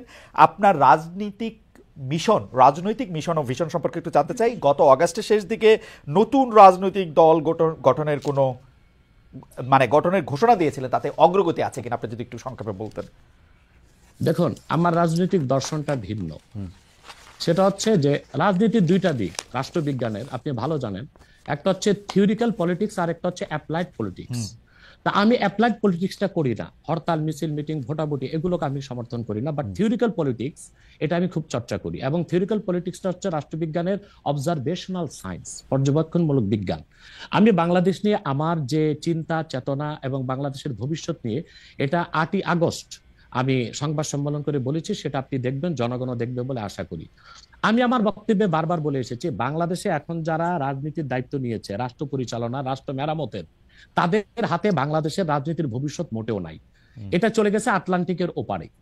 আমি সবসময় আমার বক্তব্যে ভারত বিরোধিতা করে এসেছি। আমি ভারতের আধিপত্য এক মুহূর্তের জন্য বাংলাদেশে মানতে পারি না। আমি বলেছি ভারতীয় হিন্দুত্ববাদ আর আধিপত্যবাদ থেকে বাংলাদেশ মুক্ত হয়েছে, কিন্তু মার্কিন আগ্রাসন ধেয়ে আসছে। এখন যদি এখানে আমি মনে করি যে পশ্চিমা দুনিয়ার 3টা এজেন্ডা, একটা হচ্ছে বর্তমান সরকারকে বসানো। বর্তমান সরকার যে গঠন করা হয়েছে এটা তো কোনো বিপ্লবী সরকার হয়নি। আমি তো চেয়েছিলাম প্রত্যেক মূলধারা রাজনৈতিক দল থেকে ঘাঘু রাজনীতিবিদ যারা তৃণমূল থেকে রাজনীতি করে এসেছে তাদেরকে নিয়ে একটা ইন্টারিয়াম গভর্নমেন্ট হবে, তা তো হলো না। বরং আমি মনে করি এটা পশ্চিমা দুনিয়ার, একটু বলি বরং পশ্চিমা দুনিয়ার যে প্রেসক্রিপশন ছিল ওই অনুযায়ী বর্তমান সরকারটা গঠন করা হয়েছে, যে কারণে এরা দেশের কোনো সংস্কারও করতে পারবে না, মেরামতও করতে পারবে না, যা আমরা ইতিমধ্যে এতদিন দেখেছি। দ্বিতীয় কথা হচ্ছে, এখন আমি যা দেখতে পাচ্ছি বাংলাদেশ মার্শাল লর দিকে যাচ্ছে। তারপর আমার অ্যানালাইসিস হচ্ছে এটা সিভিল ওয়ারের দিকে চলে যাবে, এবং ফ্রি ফেয়ার ইলেকশন হয় কিনা আমি শঙ্কায় আছি, জানি না, আমার সংখ্যা ভুল হতেও পারে। ওকে, আপনি দ্বিতীয় কথা হচ্ছে, আমি একটু মাঝখানে একটু হারাই ফেলবো, সেই জন্য আমি একটু বলি। আপনি যে ঘাঘু রাজনীতিবিদদের সমন্বয়ে সরকার গঠনের কথা বলছিলেন, তাদের দুই একজনের নাম কি বলবেন, যে এরা থাকলে আপনি বুঝতে পারতেন যে এরা ঘাঘু রাজনীতিবিদ থাকছে সরকারে? যেমন মনে করেন বিএনপি থেকে 2-1 নেওয়া যেতে পারতো, জামাত ইসলামের ডক্টর শফিক সহ আরো কিছু অভিজ্ঞ কিছু নেতা নেওয়া যেতে পারতো, এবং আরো যেমন ছাত্র সমন্বয়কদের থেকে যারা যেমন তাদেরকে যারা বুদ্ধিভিত্তিক নেতৃত্ব দিয়েছে তাদের রাখা যেতে পারতো। অর্থাৎ বাংলাদেশের যে রাজনীতি করবে তারা বাংলাদেশের ইতিহাস ঐতিহ্য এই জাতির নৃতত্ব সম্পর্কে জানা থাকতে হবে, নতুবা এই জাতিকে কেউ শাসন করতে পারবে না। যারা এখন শাসন করতেছেন তাদেরকে আপনি এর যোগ্য মনে করেন না, এবং আপনি মনে করেন একটা সিভিল ওয়ারের দিকে, একটা মার্শাল লর দিকে? তাদেরকে আমি অযোগ্য বলছি না, কিন্তু রাজনীতির ময়দানে তারা খুব যোগ্য নয়। তারা যদি খুবই যোগ্য হতো তাহলে দেশ কি এই অবস্থায় যায়? এখন লুটপাট ধর্ষণ যেভাবে বেড়েছে, এখন এটা তো স্বাভাবিকই মনে হচ্ছে যে দেশ কোনো ভালো গন্তব্যে যাচ্ছে না। এখন আমার কথাটা শুনুন, আমি আগ থেকেই বলে এসেছি, এই সবগুলো বিপদ হুমকিকে ওভারকাম করা যেত, এবং মার্কিন আগ্রাসনকে ঠেকিয়ে আমরা একটা সুন্দর বাংলাদেশ ফেয়ার এবং ফ্রি ইলেকশনের মাধ্যমে করতে পারতাম। এটার দায়িত্ব যদি ইসলামপন্থীগণ নিতেন। এখন ইসলামপন্থী কারা? শুধু জামাত ইসলামীকে তো দিলে হবে না। এই দেশে 3 থেকে 3.5 লক্ষ মসজিদের ইমাম হচ্ছে হেফাজতের লোক। তারা হচ্ছে মসজিদগুলোকে কন্ট্রোল করে, এবং প্রত্যেকটা সমাজ কিন্তু এখনো মসজিদ কর্তৃকই নিয়ন্ত্রিত। ইমাম সাহেবের কথাটাই সমাজের লোক শুনে। তো বোঝা যাচ্ছে যে বাংলাদেশের রাজনীতিতে মূল শক্তি হিসেবে আসতে পারে হেফাজত ইসলাম বাংলাদেশ, তাদেরকে নিতে হবে। জামাত ইসলামী আছে, খেলাফত আছে, অন্যান্য ইসলামী দলগুলোকে নিয়ে যদি একটা অ্যালায়েন্স করা যেত, তাহলে বাংলাদেশে যে কোনো আগ্রাসনও ঠেকানো যেত, ফ্রি অ্যান্ড ফেয়ার ইলেকশনও করা যেত, এবং অন্তত শতাধিক আসন নিয়ে ইসলামপন্থীগণ সংসদে যেতে পারত। ওকে, ইসলামপন্থীদের কথা যেহেতু আসলো, মানে আপনাকে প্রথমে একটু প্রশ্ন করে রাখতে চাই যে আপনি নতুন রাজনৈতিক দল ঘোষণা অগাস্টে দিয়েছিলেন, আপনার রাজনৈতিক দর্শনের কথাও বললেন যেটা অনেকের থেকে আলাদা। বর্তমানে যেসব রাজনৈতিক ইসলামী আদর্শে অনুপ্রাণিত রাজনৈতিক দল আছে, জামাত ইসলামী সহ, তাদের কারোর সাথে যুক্ত হওয়া বা তাদের কারোর ব্যাপারে মানে তাদের অন্তর্ভুক্ত হওয়ার কি আপনি ভাবছেন, বা তাদের কাউকে আপনি সহি ইসলামিক আদর্শে অনুপ্রাণিত রাজনৈতিক দল মনে করেন কিনা? দেখুন, আমি আগেই বলেছি যে আমি অ্যাপ্লাইড পলিটিক্স করি না, আমি থিওরিক্যাল পলিটিক্স করি। কারণ আমি খেলাফার আদর্শে বিশ্বাসী, আমি ডেমোক্রেসিতে বিশ্বাসী নই। আমি মনে করি ডেমোক্রেসি বা গণতন্ত্রটা পৃথিবীর মানুষকে প্রতারিত করছে। ডেমোক্রেসি বা গণতন্ত্রের সুবিধা নিচ্ছে আমেরিকা এবং কয়েকটা ইউরোপিয়ান দেশ। আমাদের মতো তৃতীয় বিশ্বের দেশগুলো গণতন্ত্রটাই আমাদের জন্য অভিশাপ। আমাদের কোনো স্বাধীন পররাষ্ট্রনীতি নেই, আমাদের কোনো ট্যাক্সি অর্থনীতি নেই, আমাদের কোনো পূর্ণাঙ্গ শিক্ষা ব্যবস্থা নেই, আমাদের কোনো সুস্থ সংস্কৃতি নেই। এটার জন্য ডেমোক্রেসিকে একটা আপনি বাধা মনে করতেছেন? এই যে নাই যে এবং অভিশাপ মনে করি, অভিশাপ মনে করি। তাহলে তো এই জন্য এখন যারা বাংলাদেশে রাজনীতি করছে ইসলামী রাজনীতির ব্যানারে, তা তো ডেমোক্রেসি করছে, অথবা আমি তাদের সাথে যুক্ত হওয়ার প্রশ্নই আসে না। তবে তারা যেন সুবিধাজনক ভাবে সংসদে যেতে পারে, বিরাট সংখ্যক একটি প্রতিনিধি দল নেই, সেটা আমি চাই। এটা শরীয়তের একটা বিধান আছে, আর জারুরাতু তাতাকাদ্দারু বিকাদরিজ জারুরা। ডেমোক্রেসিকে আমি পছন্দ করি না, কিন্তু বিশেষ মুহূর্তে বড় বিপদকে ঠেকাতে মাঝে মধ্যে হারাম জিনিসটাকে কিছু সময়ের জন্য হারাম জেনে কিছু সময়ের জন্য শিথিলতায় যাওয়া যায়। সেজন্য আমি মনে প্রাণে চাই, আমি খেলাফায় বিশ্বাসী হলেও এদেশে যারা ইসলামী রাজনীতির ব্যানারে আন্দোলন করছে, সর্বোচ্চ সংখ্যক আসন নিয়ে তারা সংসদে যান। কিন্তু তাদের মধ্যে তো অনেকগুলি ফ্র্যাকশন আছে, একজন আরেকজনের ঠিক বিশ্বাস করে না। জামায়াতে ইসলামীকে যেমন ধরেন, জামায়াতে ইসলামী অনেক ইসলামিক রাজনৈতিক দলের কাছেই খুব গ্রহণযোগ্য দল না। আমরা দেখেছি যে হেফাজতে ইসলামীর আন্দোলনের ক্ষেত্রে শেখ হাসিনাকে কওমি জননী উপহার দেওয়া, শেখ হাসিনার সাথে হাতকে শক্তিশালী করার জন্য হেফাজতের বিভিন্ন নেতৃবৃন্দের বিভিন্ন সময় সার্বিক অবস্থান জামাতে ইসলামীকে ঠেকানোর জন্য হয়েছিল। আপনি নিশ্চয়ই খেয়াল করেছেন। আমি এই ফ্র্যাকশনগুলো আলাদা আলাদা করে বলতে পারি। চরমোনাই সাহেবের যে একমত নই, এটা আমি একমত নই। হেফাজত ইসলামী আর জামাত ইসলামের মধ্যে জামাত ইসলামের আমি বলি এক হচ্ছে জামাত ইসলামীর যিনি প্রতিষ্ঠাতা ছিলেন আবুল আলা মওদুদী, তিনি মুহাদ্দিসও ছিলেন না, মুফাসসিরও ছিলেন না, তবে তিনি ছিলেন দার্শনিক এবং রাষ্ট্রচিন্তক। তো জামাত ইসলামী যারা করছেন তারা তো আসলে আবুল আলা মওদুদীর কোনো মাসালা বা ফেকা মানতেছে না। এবং জামাত ইসলামী তো অসংখ্য লোক আমি দেখেছি দক্ষিণ চট্টগ্রামে, তারা আমাদের মতো কট্টর সুন্নি, অর্থাৎ তারা মিলাদ কিয়াম করতেছে, তারা পিরি মুরিদি মানতেছে, কিন্তু রাজনৈতিকভাবে তারা জামাত ইসলামী করতেছে। তার মানে হচ্ছে 1922 সালে জিএনএ গ্র্যান্ড ন্যাশনাল অ্যাসেম্বলির মাধ্যমে কামাল পাশা আতাতুর্ক তুরস্কের মধ্যে ইসলামী শাসন ব্যবস্থার জন্য আর না হয় সেই ব্যবস্থা করেছিল। তারপরে প্যান ইসলামিজম নিয়ে আসলো জামালউদ্দিন আফগানি। পরবর্তীতে 1942 সালে আবুল আলা মওদুদী চিন্তা করলেন যে এই সংকটকালীন মুহূর্তে ইসলামী রাষ্ট্র প্রতিষ্ঠার জন্য গণতন্ত্রটাকে বেছে নেওয়া যেতে পারে। এটাই ছিল তার রাষ্ট্রের চিন্তা, আর সেটাই জামাত ইসলামের লোকজন অনুসরণ করছে। কিন্তু জামাত ইসলামের লোকজনগুলো কিন্তু আবুল আলা মওদুদীকে ইমাম হিসেবেও মানে না, কিংবা তার মাসালাও নিচ্ছে না, শুধু রাষ্ট্র। কিন্তু ডক্টর আব্বাসী এই কথাটা আপনি বলতেছেন, আমি তো জামায়াতের কোন নেতার মুখে এরকম শুনি নাই। আমি বলছি এখন ইসলামী একটি রাষ্ট্র প্রতিষ্ঠার জন্য তারা আবুল আলা মওদুদীর রাষ্ট্র চিন্তাটা নিয়েছে। এখন আমরা বা অন্য হেফাজত ইসলাম বা কওমি ঘরানার যারা বিরোধিতা করি জামাতের, সেটা হচ্ছে আবুল আলা মওদুদীর আকীদা যে ভুল ত্রুটি ছিল সেটার বিরোধিতা করি আমরা। কিন্তু একটা কথা মনে রাখবেন, ইসলামের মৌলিক বিশ্বাসের ক্ষেত্রে জৌনপুর, ফুরফুরা, দেওবন্দ, কওমি, চরমোনাই, জামাত, মসজিদ সবাই কিন্তু এক। ওকে, আপনি দেখেন, আপনি মনে করছেন যে আপনি দেখেন, আমি বলি যেমন 13 সালের 5ই মে শাপলা চত্বর আমি উপস্থিত হয়েছিলাম কয়েক লক্ষ লোক নিয়ে। আমি তো জৌনপুরের এবং আমাকে সুন্নি বলেই জানে, কারণ হেফাজত ইসলামের 13 দফা দাবি আমাদের সকল মুসলমানের দাবি ছিল। এবং সেখানে সারা বাংলাদেশ থেকে 13 সালের 5ই মে জামাত ইসলামী ও শিবিরের লোকজন 200 বাস নিয়ে উপস্থিত হয়েছিল। কারণ ওই 13 দফা দাবির পক্ষে তারাও ছিল, হয়তোবা তারা রাজনৈতিক ভাবে বলতে পারছে না, কিন্তু সেখানে উপস্থিত হয়েছিল। তো কথা হচ্ছে যে মৌলিক বিশ্বাসের ক্ষেত্রে সকল মাসলাকের মুসলমান এক, কিন্তু বাংলাদেশে রাজনীতি করার ক্ষেত্রে কিংবা নিজ নিজ অবস্থান ধরে রাখার জন্য শাখা প্রশাখাগত বিষয়ে একটু দ্বন্দ্ব আছে, এটা তো থাকতেই পারে। একটা ঘরে যদি 5টা ভাই থাকে, 5 ভাই কি আপনি যেটাকে শাখা প্রশাখাগত দ্বন্দ্ব বলতেছেন, সেই দ্বন্দ্ব আমরা অনেক সময় অনেক প্রকট দেখি। কেউ কেউ বলেন যে একজন আরেকজনকে বলেন যে তারা আসলে নাস্তিকদের থেকেও খারাপ, আরেকজন আরেকজনকে বলেন তারা বিধর্মী থেকেও খারাপ, একজন আলেম আরেকজন আলেমকে বলেন, সেগুলি আমরা শুনি এবং রাজনৈতিক কারণে বলেন। অনেক সময় সেটি মানে কোনো বিষয়ের ব্যাখ্যা দিতে গিয়া না, রাজনৈতিক অবস্থানের কারণে বলেন। আমরা দেখেছি যে বাংলাদেশের ইসলামিক রাজনৈতিক দল, আমি এই মুহূর্তে নাম বলছি না, কিন্তু তারা জনসভায় ভাষণে বলেছেন যে তাদের আসলে জামায়াতে ইসলামীকে ঠেকানোই তাদের রাজনৈতিক আদর্শ। এটা তো হিংসা, প্রতিহিংসা। তো সেইটা তো আমি বলি একটা আপনাকে উদাহরণ দিচ্ছি। যেমন জামাত ইসলামীর যারা বিরোধিতা চরম পড়ে, আমি তো জামাত ইসলামের সমালোচনা করি গঠনমূলক, যেটা তাদের সংশোধন করা দরকার সেটা করতে হবে। কিন্তু আমি কি কখনো বলতে পারি যে জামাতের লোকজন নাস্তিকদের চেয়েও খারাপ? এটা কি বলা যায়? আপনি বলুন। এখন মনে করেন 13ই মে, আপনি বলছেন সেটা বলছি না, কিন্তু আমি বলছি একজন ইসলামী আলেম বলে আমরা একজনকে চিনি, তিনি আরেকজনকে বলতেছেন। আমি তাকে চিনি।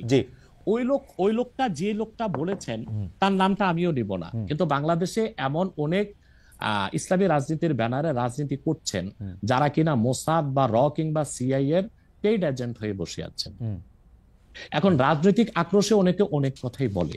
যেমন জামাত ইসলামীর বিরোধিতা করতে যে ফরিদউদ্দিন মাসুদ এবং কিছু আলেম শাহবাগীদের সাথে একাত্মতা ঘোষণা করছে। এটা কেন করছে? তাহলে কি শাহবাগী না, তাহলে কি মতিউর রহমান নেজামী, দেলোয়ার হোসেন সাইদি তাদের চেয়ে ভালো ছিল শাহবাগীরা? যে মতিউর রহমান নেজামী, দেলোয়ার হোসেন সাইদি বা জামাতের যাদের ফাঁসি হয়েছে তাদের ফাঁসি রায় কার্যকর করতে ফরিদউদ্দিন মাসুদ শাপলা চত্বরে চলে গেছে, শাপলা চত্বর না শাহবাগ চত্বরে চলে গেছে, নাস্তিক ব্লগারদের সাথে একাত্মতা ঘোষণা করছে। তো বুঝাই যাচ্ছে এটা একটা রাজনৈতিক আক্রোশ ছিল, রয়ের পারপাস সার্ভ করার জন্য এই কাজটা করেছিল কিছু আলেম। অথবা ওই ধরনের কোন আলেম কি বললো, তার মুরিদ কত, তার জনসংখ্যা কত, সেটা কোনো দেখার বিষয় না। সেটা বুঝাই যাচ্ছে কোন একটা ইন্টেনশন থেকে সে কাজটা করেছে বা বলেছে। কিন্তু আমাদেরকে তো ইনসাফে থাকতে হবে। আমরা আবুল আলা মওদুদীর বা জামাত ইসলামীর সমালোচনা গঠনমূলক ভাবে করে আসছি, করতেছি। যেমন আমি জামাত ইসলামী মানে আপনি যেমন বললেন যে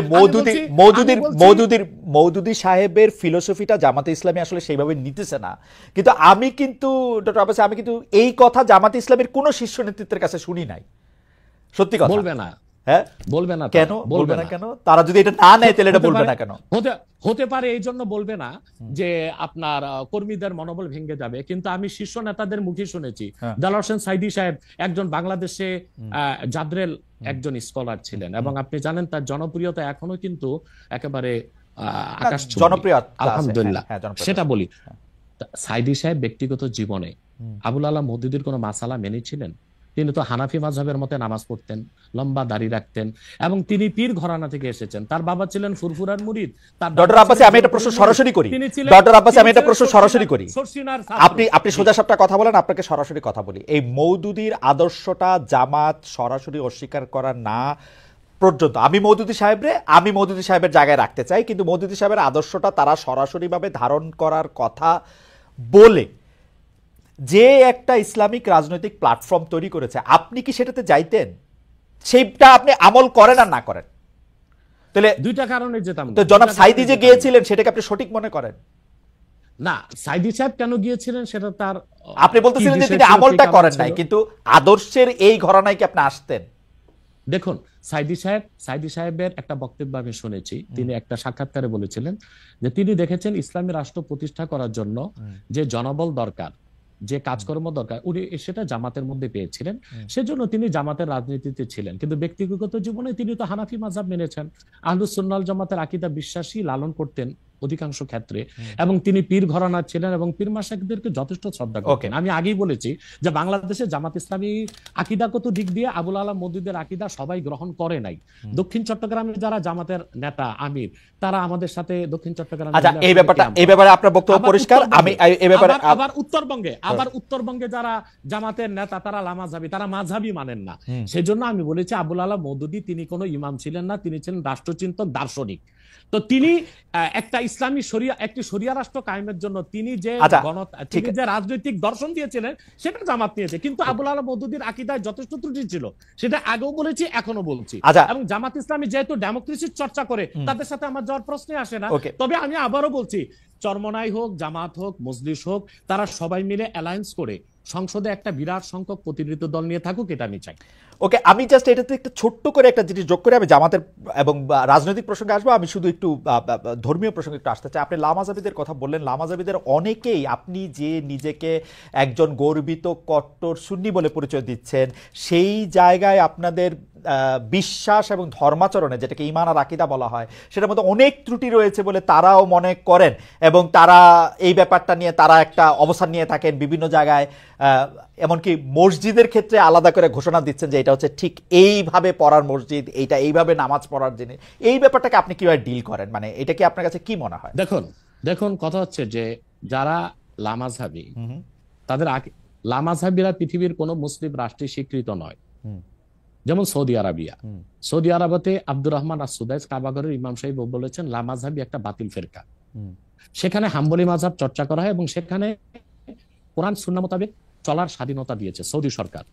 এবং রাষ্ট্রীয় অধিক মাসালার ক্ষেত্রে সৌদি সরকার হাম্বলি মাযহাবের মত নিয়েছে এবং ইমাম আবু হানিফার হানাফি মাযহাব থেকে মত নিয়েছে। যেমন শাফি, মালিকি, হাম্বলি 3 মাযহাবে বেনামাজি যদি মুসলিম হয় তাকে মৃত্যুদণ্ড দিতে হবে।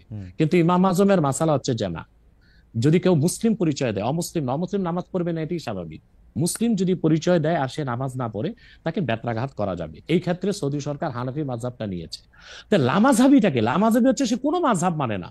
মূলত এটা ইংরেজদের এই ফেতনাটা তৈরি করে গেছে ইংরেজরা।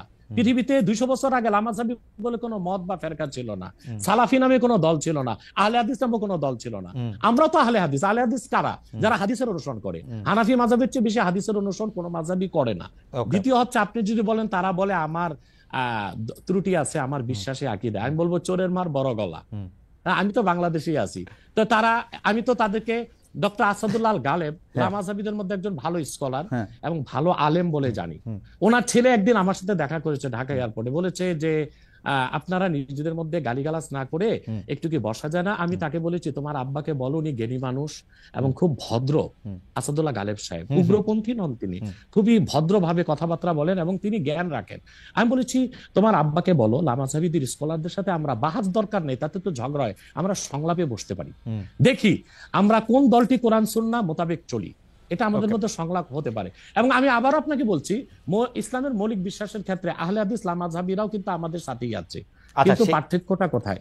পার্থক্যটা হচ্ছে যেমন মাযহাব মানবো কি মানবো না, কিংবা আমলীগত দিক থেকে কিছু আকীদাগত পার্থক্য আছে। আমলী দিক দিয়ে বেশি পার্থক্য।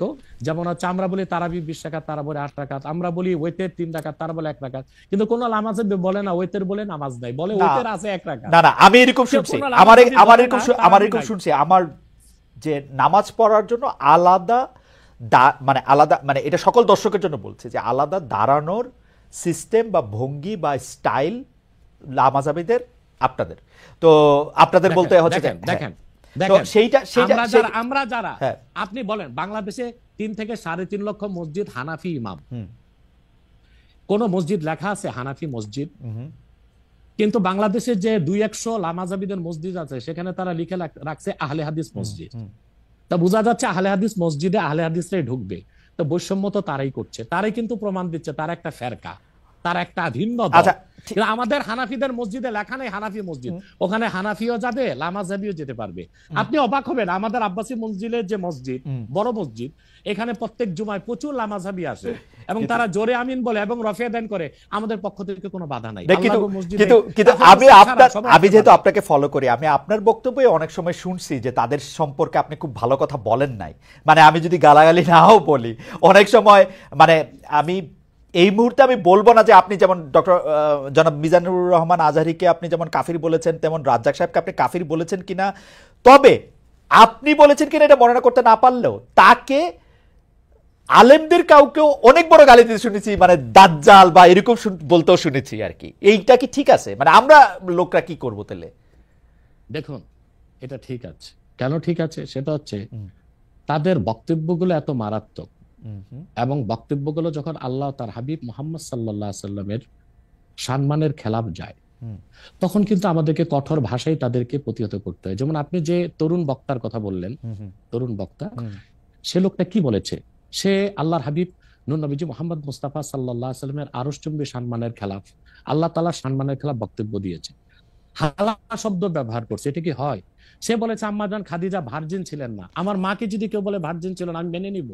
সে বলেছে যে এরপর না, কিন্তু স্যার আপনার কাছে কি মনে হয় না উনি তাকে আসলে অসম্মান করার জন্য একটা ফ্যাক্ট সামনে আনছেন? না না না, এটা আপনাদের মৌলিক বিশ্বাসের মধ্যে একটা বড় ঘাপলা।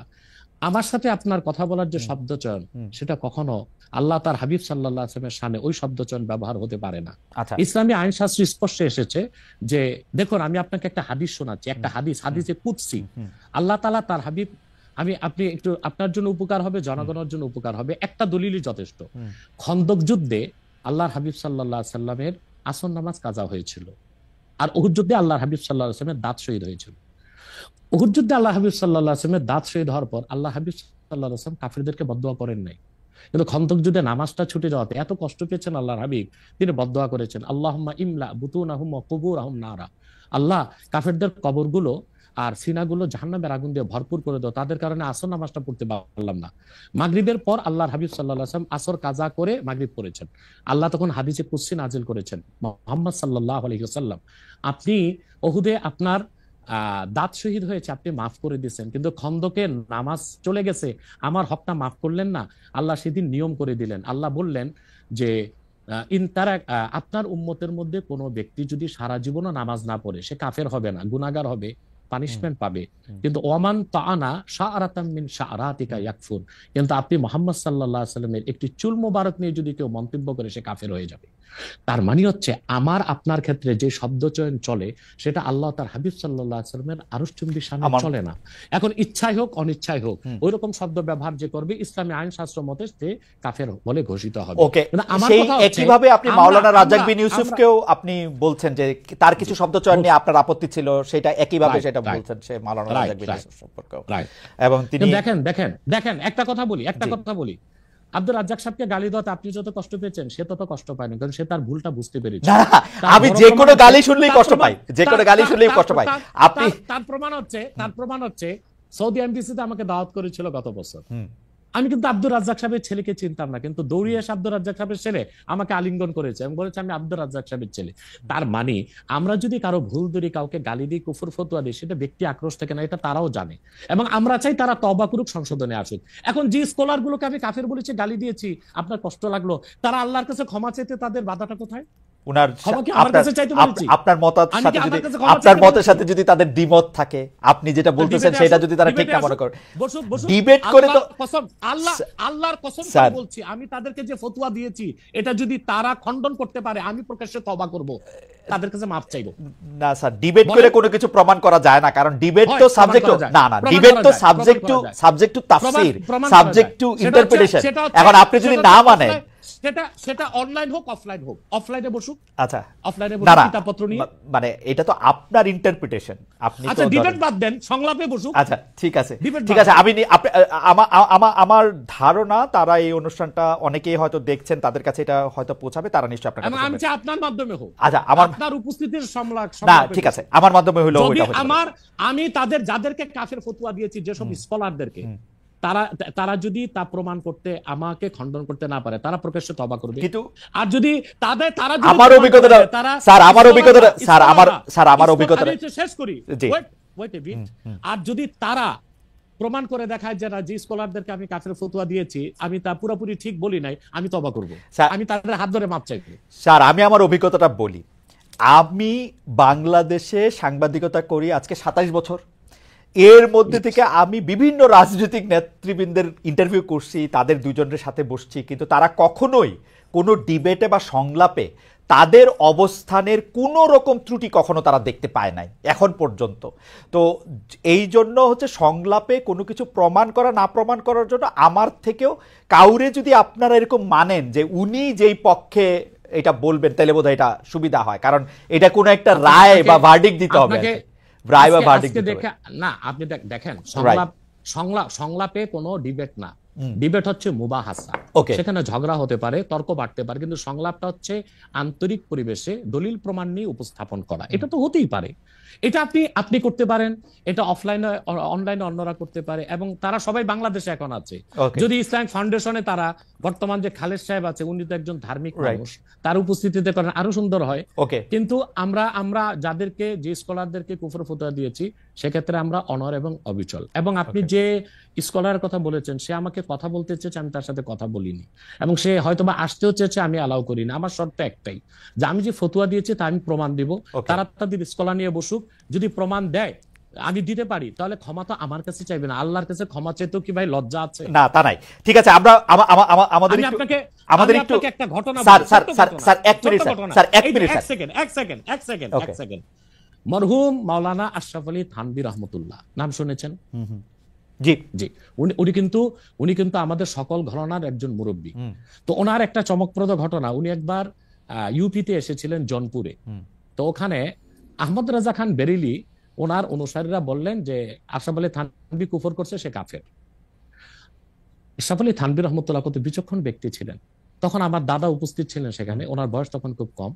তিনি জনপুর সাহেব মসজিদের মিম্বরে দাঁড়িয়ে বললেন, তোমরা যারা বলতেছো আমি কাফের, তা আমি এখন কলেমা পড়ি। বলে পড়েন। তিনি কালেমা শাহাদাত, কালেমা তাইবা পড়লেন। পড়ার পর বলে এখনো কি আমি কাফের? বলে না। তিনি তখন ওয়াজ শুরু করলেন। তিনি তার বক্তব্যে তখন আল্লাহর হাবিব নূর নবীজি মুহাম্মদ সাল্লাল্লাহু আলাইহি সাল্লাম এবং আল্লাহ তাআলার এবং ইসলামের সম্মান তুলে ধরলেন। তখন উপস্থিত লোকজন বলল, আমরা বেহুদাই তাকে কাফের মনে করেছি, বিভ্রান্ত হয়েছে আমরা। আসলে কি জানেন, আল্লাহর কাছে ক্ষমা চাইতে, ক্ষমা চাওয়াটা বিনয়ের কাজ। আদম আলাইহিস সালাম অপরাধ করে আল্লাহর কাছে ক্ষমা চেয়ে আদম হয়ে গেছে আমি ছোট একটি পৃথিবীর মানুষের জনক। আমি ছোট একটা ইবলিস অপরাধ করে এলেমের কর্মী দেখিয়ে ক্ষমা করে নাই, ইবলিস হয়ে গেছে আজাজিল, অভিশপ্ত। আমি 20 সেকেন্ড একটু সময় চাই নিতেছি। Ashish, can we extend the program for couple of more minutes? Doctor Abbasi, আমাদের সময় শেষ হয়ে আসছে, আমরা একটু সময়টা একটু আপনার থেকে একটু বেশি চাইতেছি। শুধু একটা ছোট প্রশ্ন, সেইটা নিশ্চয়ই আপনি আপনার সময় কখনো বলবেন, যে আরেকজন ব্যক্তিকে, আপনি এটা ঠিকই বলেছেন জৌনপুরের পীর সাহেবের উদাহরণ দিয়ে, যে আমি যদ্দুর ইসলাম সম্পর্কে বুঝি, কেউ যখন নিজেকে বলে যে মানে কলেমা শাহাদাত এবং কলেমা তয়বা যে যতক্ষণ পর্যন্ত পড়বে বা মনে করবে, ততক্ষণ পর্যন্ত আরেকজন ব্যক্তি কি তাকে কাফের বলতে পারে? আপনি যদি ছোট করে একটু বলেন, আমি শুধু হ্যাঁ বা নার মধ্যে থেকেও শুনতে চাই, মানে পারে কিনা। মানে আমি দাবি করলাম আমি মুসলমান, আপনি আমাকে কইতে পারবেন কিনা যে আমি কাফের? এক্ষেত্রে আপনাকে সংক্ষেপে মূলটা বলে দিচ্ছি। প্রথম হচ্ছে মমিন। মমিন হচ্ছে যে কালেমা শাহাদাতকে মনে বিশ্বাস করে, মুখে স্বীকার করে। এখন সেই মমিনকে আমরা মুসলিম বলবো কখন? হাদিসে এসেছে, মান সাল্লা সালাতানা ওয়াস্তাকবালা কিবলাতানা ওয়া আকালা যাবিহাতানা ফাযালিকাল মুসলিম। কোন ব্যক্তি ঈমান আনার পর যদি আমাদের সালাতকে আদায় করে, আমাদের কেবলা কাবাকে মানে, আমাদের জবাইকৃত পশুর গোশত খায়, সে লোকটি মুসলিম। কতক্ষণ মুসলিম? হাত্তা লাম ইয়াসদুর মিনহু কুফরুন কাওলান আও ফিলান আও তাকরিরা, যতক্ষণ তার মৌখিক বা হাতে বা কাজে কুফর প্রকাশ না পাবে। যদি কোনো ব্যক্তির দ্বারা কালেমা পড়ার পরও কুফর প্রকাশ পায়, ওই রকম ব্যক্তিকে শরীয়তের ভাষায় বলা হয় কাফের। এবং সে যদি মুসলিম দাবি করে, তাকে বলা হয় জিন্দিক। জিন্দিকের শাস্তি শরীয়তে মৃত্যুদণ্ড। পক্ষান্তরে আমার মনে হয় এত বড় উত্তর আমরা নিতে পারবো না, তাহলে আপনি বলতে চাইতেছেন যে শেষ করি। আর কোন ব্যক্তি যদি মুখে কালেমা পড়ে কিন্তু অন্তরে তার ঈমান নাই, সে কাফের, কিন্তু কুফরটা প্রকাশ করে নাই, তাকে আমরা মুনাফিক বলি। ওকে, কিন্তু আপনি মনের খবর আপনি কেমনে বুঝবেন? সেই জন্য তো মুনাফিক বলবো, কিন্তু কুফর যখন প্রকাশ পাবে তখন তো বুঝেই নিলাম তার মনে কুফর আছে। আচ্ছা ঠিক আছে, এবার আমি অন্য প্রসঙ্গে আসি। 5 আগস্টের পর ক্ষমতা বলের অনেক বেশি ঘনিষ্ঠ, অনেক বেশি প্রভাবশালী জামাতে ইসলামী, কিন্তু দলটির 71-এর ভূমিকা নিয়ে আগে যেমন আওয়ামী লীগ সমালোচনা করতো, এখন সেটা অনেকটা সেভাবেই জামাতের সমালোচনা করছেন বিএনপি নেতারা। জামায়াতের 71-এর ভূমিকা নিয়ে আপনি কি বলবেন, একটু যদি সংক্ষেপে বলেন, যে জামায়াতের 71-এর ভূমিকা পরে এখন বিএনপির অবস্থান এগেইনস্ট জামাতকে তারা মুনাফিক বলতেছে, মুনাফিক শব্দটা দিয়ে মনে পড়লো, এটাকে আপনি কিভাবে দেখবেন? দেখুন, প্রথম কথা হচ্ছে 71 সালে আমার জন্মই হয়নি, অতএব আমি প্রত্যক্ষভাবে কিছু দেখিনি। কিন্তু আপনার জন্ম তো ধরেন 3000 বছর আগেকার খবর। আমি ওই দিন একটা আপনার স্ট্যাটাসে কথা শুনতেছিলাম যে সেই খবর তো আপনার আছে। বলছি সেটা বলছি। এখন আমি সব ইতিহাস পর্যালোচনা করে দেখলাম যে মূলত 71 সালে শুধু স্বাধীনতার বিপক্ষে জামাত অবস্থান নেয়নি, মুসলিম লীগও তো অবস্থান নিয়েছিল। আচ্ছা, এখন বিএনপির জন্ম কিভাবে এটা বলেন। শহীদ প্রেসিডেন্ট জিয়া রহমান সাহেব একজন ব্যক্তি ছিলেন, এত জনপ্রিয় দলটা গঠন কিভাবে করলেন? তিনি বহুদলীয় গণতন্ত্র প্রতিষ্ঠা করলেন। ওই প্ল্যাটফর্মে কারা জায়গা নিয়েছে? মুসলিম লীগের সব লোকগুলো এসে জায়গা নিয়েছে, যারা শেখ মুজিবের বিরুদ্ধে ছিল, আওয়ামী বাকশালের বিরুদ্ধে ছিল। এবং এখন বিএনপিতে যে লোকগুলোকে আপনারা দেখতেছেন, এরা অধিকাংশই কিন্তু ডানপন্থী, রাইটিস্ট এবং ইসলামিস্ট অনেক লোক আছে। পাশাপাশি ফখরুল সহ আরো কিছু লোক আছে, তারা কিন্তু বাম ছিল। ফখরুলের কিন্তু রাজনৈতিক নেতা হচ্ছে রাশেদ খান মেনন। আমি মনে হয় রাশেদ খান মেনন, আমার ভুল না হলে জেলে আছে। তো তারা কিন্তু তারা এইরকম বিএনপিতে প্রচুর বামের ডান এসেছে, অর্থাৎ তারা বামের ডান হয়েছে এখন বিএনপিতে এসে। তো প্রচুর পরিমাণ মুসলিম লীগের লোক তো বিএনপি আছে, তারা তো স্বাধীনতার যুদ্ধের বিরোধিতা করেছিল মুসলিম লীগ থাকা অবস্থায়।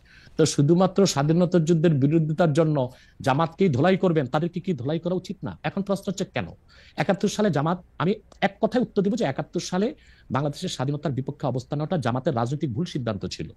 যেহেতু এটা স্পষ্ট ছিল যে বাংলাদেশ থেকে প্রায় 1900 কিলোমিটার দূরে পাকিস্তান, তো মাঝখানে সাগর এবং ভারত, সেখানে দুই জায়গায় দুইটা দেশ থাকতে পারে না। আমি বরং মনে করতাম তখন জামাতের এটাই সিদ্ধান্ত নেওয়া উচিত ছিল যে স্বাধীনতার পক্ষ নিয়ে নেওয়া, কিন্তু তারা নেয় নাই কেন? সেটা একটা জবাব তারা এটা দিয়ে থাকে যে তারা বুঝতে পেরেছিল বাংলাদেশ স্বাধীন হলে ভারত এখানে করবে, আধিপত্য বিস্তার করবে। এবং সেটা আমরা পরে দেখেছি, ভারত কিন্তু আধিপত্য বিস্তার করেছে। এবং শেখ মুজিবুর রহমানের মতো একজন নেতাও কিন্তু ভারতের আধিপত্য থেকে বাংলাদেশকে মুক্ত করতে পারে নাই। জিয়া কেন এত, জিয়া রহমান আমরা যে এত ভারতের আধিপত্যের কথা, আমরা যে এত ভারতের আধিপত্যের কথা জিয়া বলি, রহমান একটু খালেদ ভাই একটু, জিয়া রহমানের জনপ্রিয়তার মূল কি? জিয়া রহমানের জনপ্রিয়তার মূলে ছিল দুইটা বিষয়।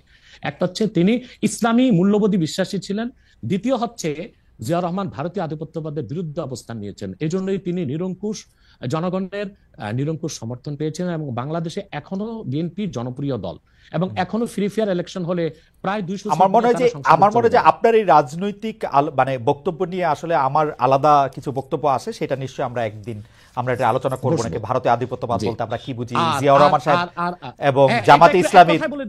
এক কথায় বলে দিচ্ছি, দেখুন ভারত 71 সালে আমাদের যে পক্ষ নিয়েছিল স্বাধীনতার যুদ্ধে, সেটা কেন নিয়েছিল? বাংলাদেশের স্বার্থে না।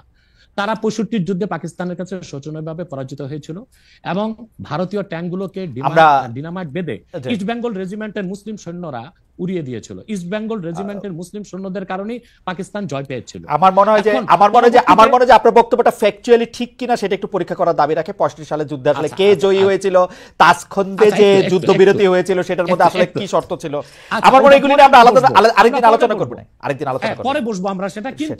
কিন্তু ভারত কখনোই আমাদের বাংলাদেশ একটা স্বাধীন সার্বভৌমত রাষ্ট্র হিসেবে টিকে থাকুক এই জন্য সে সহায়তা করেনি। আবার গ্লোবাল পলিটিক্সে আমরা যদি দেখি, তখন পাকিস্তানের পক্ষ নিয়েছিল আপনার আমেরিকা, আর ভারতের পক্ষে ছিল রাশিয়া। সেইভাবে আসলে ভারত পাকিস্তান এই বাইনারিতে বাংলাদেশকে আসলে আমি একটু বলি এটা, কারণ এটা নিয়ে আর কথা বাড়ানো যাবে না। ডক্টর আব্বাস আমি বলি একটু একটা পর্যায়ে যাই আমি। তো রাশিয়ার পক্ষ নিয়েছিল, আর সবসময় ভারত তো কোনো শক্তি না, এটা রাশিয়ার লেসপেন্সারগিরি করে, আর এখন আমেরিকার লেসপেন্সারগিরি করতেছে। এই জন্য তারা মূলত সদিচ্ছা নিয়ে বাংলাদেশকে সহযোগিতা করেনি 71 সালে। সেজন্য 6000 কোটি টাকার অস্ত্র তারা চুরি করে নিয়ে গেছিল। এবং সেজন্য স্বাধীনতা যুদ্ধে নিয়াজি পরাজয় স্বীকার করা দরকার ছিল আমাদের ওসমান গনির হাতে, তার কাছে না করে ভারতীয় সেনাপ্রধানের কাছে করবে কেন, ওসমানীর কাছে কেন করে না? এই সব থেকে বোঝা যায় ভারত একটা আক্রোশ থেকে এবং তার রাজনৈতিক উদ্দেশ্য অর্জন করার জন্য স্বাধীনতা যুদ্ধে আমাদেরকে সহায়তা করেছিল। পরবর্তীতে সে কি না করেছে, ফারাক্কা বাদ দিয়েছে। আমার মনে হয় শেখ হাসিনাকে 15 বছর এই ফেসিবাদের কাজে সহযোগিতা করেছে ভারত, হাজার হাজার মানুষকে হত্যার কাজে সে সহযোগিতা করেছে। অতএব এসব কেউ আমাকে প্রশ্ন করছেন, আমার মনে হয় যে আমার প্রশ্ন এটা ছিল না। যাই হোক, আপনি বলেছেন না, আমার মনে হয় যে শেষ একটু কথাটা তো একটা দাড়ি কমা দিতে হবে তো ভাই। সেটা হচ্ছে, তো হয়তোবা জামাত নেতারা তখন চিন্তা করেছিল যে বাংলাদেশ একটা দুর্বল ভূখণ্ড, এটা যদি স্বাধীন হয়ে যায় ভারত আধিপত্য বিস্তার করবে, অথবা ভারত যেন আধিপত্য বিস্তার করতে না পারে, বাংলাদেশ আরো শক্তিশালী হয়ে তারপর স্বাধীনতা ঘোষণা করুক, এরকম চিন্তা ছিল কিনা ওটা জামাত নেতা বলবে। ওকে, ঠিক আছে। আমি জানতে চাইবো যে শেখ হাসিনা পালিয়ে যাওয়ার পরে অনেকগুলি বিষয়ের ক্ষেত্রে আমরা দেখেছি যে মাজার আক্রমণ হয়েছে, বাউলের আসর পণ্ড করা হয়েছে, বইমেলার স্টল বন্ধ করা হয়েছে, রাষ্ট্র থাকতে প্রশ্ন থাকতে। এইটাকে আপনি আসলে কিভাবে দেখেন? মাজার আক্রমণটাকে আসলে আপনি কিভাবে বলেছেন বা জেনেছেন, বা আপনার অবস্থান কি ছিল? বাউলের আসর পণ্ড করা, বইমেলার স্টল বন্ধ করা।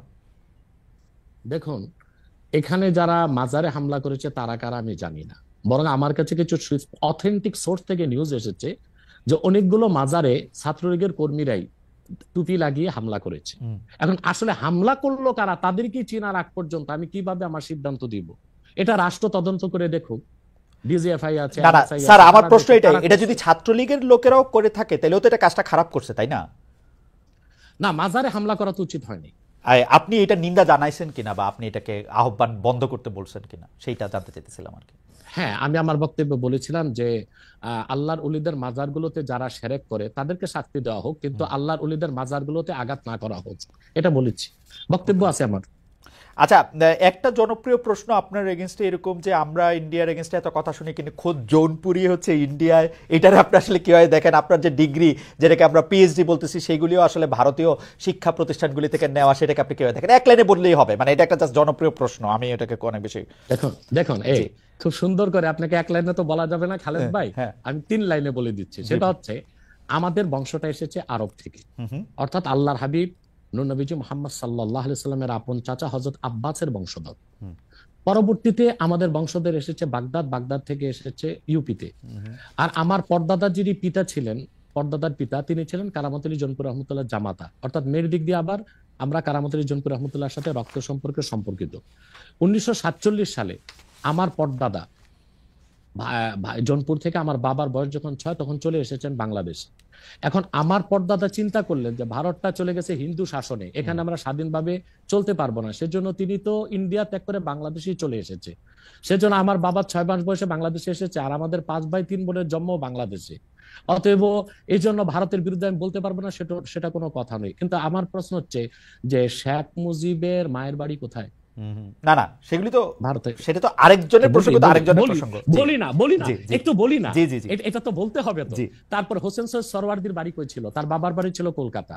আব্দুল হামিদ খান ভাসানী, তার বাড়ি ছিল আসামের ভাসানটেক। এরা সবাই কিন্তু পূর্বপুরুষ ভারতে ছিল। অতএব জোনপুরে হওয়ার কারণে আমি ভারতের বিরুদ্ধে করতে পারবো না, এটা হয় না। বরং আমি যে অন্যরা বাংলাদেশের হয়ে রয়ের দালালি করে আর আমি রয়ের বিরোধিতা করি, এটাই তো আমার কৃতিত্ব। না, ফ্যান্টাস্টিক। আমরা তাবলিগ জামাতটাকে আমরা রাজনৈতিক প্ল্যাটফর্ম মুক্ত দেখেছি দীর্ঘদিন, কিন্তু এখন যে এটা একটা সাতপন্থী জুবাইরপন্থী একটা ব্যাপার, এবং একজন আরেকজনকে এবার হত্যার পর্যন্ত ঘটনা ঘটেছে, এটা নিয়ে আসলে আপনার একটা আমি মন্তব্য শুনতে চাই, এটাকে আপনি আসলে কিভাবে দেখেন, এবং এই বিভাজনে কারা ফু দিচ্ছে? আপনি যেহেতু সরাসরি কথা বলেন, আপনি এইটাও একটু বলে দিবেন কিনা যে এই বিভাজনটার মধ্যে আসলে কারা লাভবান হচ্ছে, কারা ফু দিচ্ছে, কারা এটা করতে চাচ্ছে? দেখুন, আমার কাছে যারা জুবাইরপন্থী তারা এসেছেন এবং কেন্দ্রীয় পর্যায়ে আমি তাদেরকে পরামর্শ দিয়েছি। কিছুদিন পর আমার কাছে এসেছিল সাতপন্থীগণ, কাকরাইলের শীর্ষ আমির যারা, তারা এসেছিলেন এবং তারা এসে আমাকে তাদের ইস্তেমায় যাওয়ার দাওয়াত করেছিলেন, কিন্তু আমি বলেছেন আমি যেতে পারবো না। আমি তাদেরকে প্রস্তাব করেছিলাম যে আপনারা সাদ সাহেবকে নিয়ে এত মাতামাতি কেন? সাদ সাহেব যদি ভুল করেই থাকে তো সে তো তওবা করলে পারে। তখন তারা আমাকে বললেন যে সাদ সাহেব দারুল উলুম দেওবন্দে গিয়েছেন এবং তিনি সেখানে তার বক্তব্য স্পষ্ট করেছেন। আমি বলেছি তাহলে আমি আমার প্রতিনিধি দেওবন্দে পাঠাবো এবং আমি জানবো সাদ সাহেব তওবা করেছেন কিনা। এবং ঘটনাচক্রে গত পরশু আমি যখন রংপুর যাচ্ছিলাম, এয়ারক্রাফট থেকে, গাড়ি থেকে নেমে এয়ারক্রাফটে ওঠার সময় আমাকে এক যুবক আলেম এসে আলিঙ্গন করে বললো আমার নাম উসামা। আমি বলছি কে? বলে কাকরাইলের ওয়াসিফ সাহেবের ছেলে, সে একজন মুফতি এবং দারুল উলুম করাচিতে পড়াশোনা করেছে। তো দেখা যাচ্ছে যে তাবলিগের দুই দলেই আলেম আছে, কিন্তু অধিক সংখ্যক আলেম ও মূল ঘরানার যারা ইসলামী আন্দোলনের নেতৃত্ব দিচ্ছেন তারা কিন্তু জুবাইরপন্থীদের সাথে, এবং তারাই হক। কারণ স্যার সাহেব যে ভুলগুলো করেছে মারাত্মক ভুল, এবং সেগুলোর জন্য তাকে প্রকাশ্যে তওবা করতে হবে। কিন্তু বাংলাদেশে এই যে সহিংসতা সৃষ্টি করছে, এর জন্য আমি নাম বলতে পারবো না, তবে দেশীয় একটা ইন্টেলিজেন্ট ব্রাঞ্চ এবং বাইরের একটা ইন্টেলিজেন্ট ব্রাঞ্চ এখানে ফু দিচ্ছে। আমার শেষ প্রশ্ন, আমি কিন্তু দেখেছি যে ইসলামী বক্তাদের কেউ কেউ মানে কখনো কখনো বাতাস বুঝে পাল তুলে দেন, যেমন ডক্টর ইউনূস এর ব্যাপারে, যে উনি আগে সুদ খান, এখন সুদ খান কিনা, দেশের রাজনৈতিক সিস্টেম, এই সেই সম্পর্কে নানা ধরনের কথা বলেন। আমার শেষ প্রশ্ন, যখন কেউ ইসলামিক কোনো দলকে বা ইসলামিক কোনো সংস্থাকে বা ধরেন কোনো আলেমদের কোনো টাকা দেয়, আপনি এই ফতোয়া দিবেন কিনা যে তার টাকার উৎসটা পরিষ্কার জায়গা থেকে এসছে না অপরিষ্কার জায়গা থেকে এসছে, সেটা পরীক্ষা করে দেখা? দেখুন, প্রথম হচ্ছে যে কোনো স্কলার যে টাকা দিচ্ছে, যার কাছ থেকে টাকা নিচ্ছে, টাকাটা কন্ট্যাক্ট করে নেবে না, পেশাদার বক্তারা কন্ট্যাক্ট করে নেয়, আর যারা দায়ীল্লাহ তারা কোনো সময় কন্ট্যাক্ট করে নেয় না। 2, যদি সে এতটুকু নিশ্চিত হয় যে মাহফিল কমিটি মুসলিম এবং তারা হালাল টাকা থেকেই দিয়েছে, তখন তার জন্য টাকাটা নেওয়া জায়েজ হবে। আর মনে রাখবেন, একজন হক্কানি আল্লাহওয়ালা বুজুর্গ আলেম হচ্ছে নদীর মতো। খরস্রোতা নদীতে যদি আপনি মরা পশু ফেলে দেন, নদীর পানি নাপাক হবে না, নাপাকটাই দূরে সরে যাবে। একজন দায়ীল আল্লাহ যদি পূর্ণ সতর্ক থাকেন এবং সততার সাথে দিনের দাওয়াত দেন, তারপর যদি কমিটি স্বেচ্ছায় না চাইতে তাকে সম্মান হিসেবে কিছু হাদিয়া দেন, সেটার জন্য যদি কোনো সুদের টাকা আসে, ঘুষের টাকা আসে, সেটা থেকে আলেম মুক্তি থাকবে। আমরা আনফরচুনেটলি আপনার শেষ কথাটা আসলে ভালো শুনতে পাইনি, আপনি কি লাইনটা আবার বলবেন? জি, আবার বলছি জি। যে একজন বক্তা যখন কন্টাক্ট করে টাকা নেয়, যেমন দেশে কিছু বক্তা আছে যে আমি প্রোগ্রামে আসবো, আমাকে 1 লক্ষ টাকা দিতে হবে, এইভাবে টাকা নেওয়াটা শরীয়সম্মতভাবে ফাতওয়ায় ঠিক হলেও তাকওয়ার খেলাফ। সেজন্য যারা কন্টাক্ট করে টাকা নেয় না তারাই দায়ী ইলাল্লাহ, পেশাদার বক্তা নয়। আমার মতো বহুত আছে বাংলাদেশে মুহাক্কিক আলেম যারা কখনো কন্টাক্ট করে টাকা নেয় না। দ্বিতীয় হচ্ছে, কন্টাক্ট করে টাকা নেওয়াটা হারাম নয়, ফাতওয়ায় জায়েজ, কিন্তু তাকওয়ার খেলাফ, উত্তম না, অনুত্তম কাজ। যেমন একজন ইমাম সাহেব মসজিদে নামাজ পড়িয়ে টাকা নিচ্ছে, মাদ্রাসায় একজন শিক্ষক পড়াশোনা করে টাকা নিচ্ছে, একজন ওয়াজ করে টাকা নিচ্ছে, সে পেশাদার বক্তা, এটা হারাম নয় কিন্তু তাকওয়ার খেলাফ। এখন টাকাটা কোন উৎস থেকে আসলো এটা দেখতে যাওয়ার দরকারটা কি? কোন ইমাম সাহেব যে ইমামতিতে যে বেতন নেয়, কমিটির সবাইকে হালাল টাকা তাকে দিচ্ছে না তো, অথবা সেটার দায় যিনি দিচ্ছেন তার। একজন দায়ীল আল্লাহ হক্কানি আলেম হচ্ছে খরস্রোতা নদীর মতো। নদীতে যেমন আবর্জনা ফেলে নদী নাপাক হয় না, আবর্জনাই সরে যায়। একজন আল্লাহওয়ালা বুজুর্গ ব্যক্তির কাছে অনিচ্ছায় যদি কোনো সুদের টাকা ঘুষের টাকা আসে, নাপাকটা সরে যাবে, আল্লাহ তাকে হালালের উপরে রাখবে। এটা অনেক মানুষকে অনেক দুষ্কর্ম করতে উৎসাহ দিবে কিনা এটা কেউ প্রশ্ন করতে পারেন, কিন্তু আমাদের আজকের আলোচনা আমরা আর বাড়াবো না। আমি শুধু একটা ব্যাপারে আপনার একটু ফতোয়া চাই। আমাদের একজন দর্শক আপনার কাছে জানতে চাইছেন যে হুজুরকে জিজ্ঞাসা করবেন সহিহ বুখারী ৭৭৭৬ নম্বর হাদিস অনুযায়ী তাবলিগি জামাত কাফের হয়ে যায় কিনা। আমাদের একদম সময় না, আপনি যদি একটা খালি জায়গা থেকে একটু বলেন। হ্যাঁ, আমি বুঝতে পেরেছি সে কোন হাদিসের কথা বলেছে। ওই হাদিসটা হচ্ছে, ওই হাদিসে বলা হয়েছে খারিজিদের কথা। খারিজি একটা বাতিল ফেরকা। খারিজিদের উৎপত্তি হয়েছিল হযরত আলী রাদিয়াল্লাহু তাআলার জামানায়। কিন্তু তাবলীগের ক্ষেত্রে এটা সমস্যা নাই, তারা তো খারিজি না, তা তো দেওবন্দ থেকে। হ্যাঁ, তাদের আকীদায় ও কাজকর্মে কিছু ত্রুটি আছে, সেটা আমরা ধরছি, কিন্তু হাদিস শরীফে যেটা বলা হয়েছে ওটা খারিজিদের কথা। তাদের উৎপত্তি হযরত আলীর যুগে এবং এটা ইরাকের হারুনা নামক এলাকায়। তাদেরকে হযরত আলী রাদিয়াল্লাহু আনহু 3 বার বুঝাবার জন্য আব্দুল্লাহ ইবনে আব্বাস রাদিয়াল্লাহু তাআলা আনহুমাকে পাঠিয়েছিলেন। তারা বুঝ যখন মানে না, তখন যুদ্ধে এসেছে তারা। হযরত আলী যুদ্ধ করেছেন, 8000 খারিজির মধ্যে 4000কেই 12000 খারিজির মধ্যে 8000 নিহত হয়েছে, 4000 বেঁচে গেছিল। সেটা খারিজি ফেরকার কথা। আপনি পরিষ্কার করেছেন এটা। ডক্টর এনায়েতুল্লাহ আব্বাসী, মুফতি এনায়েতুল্লাহ আব্বাসী, আপনাকে অনেক ধন্যবাদ।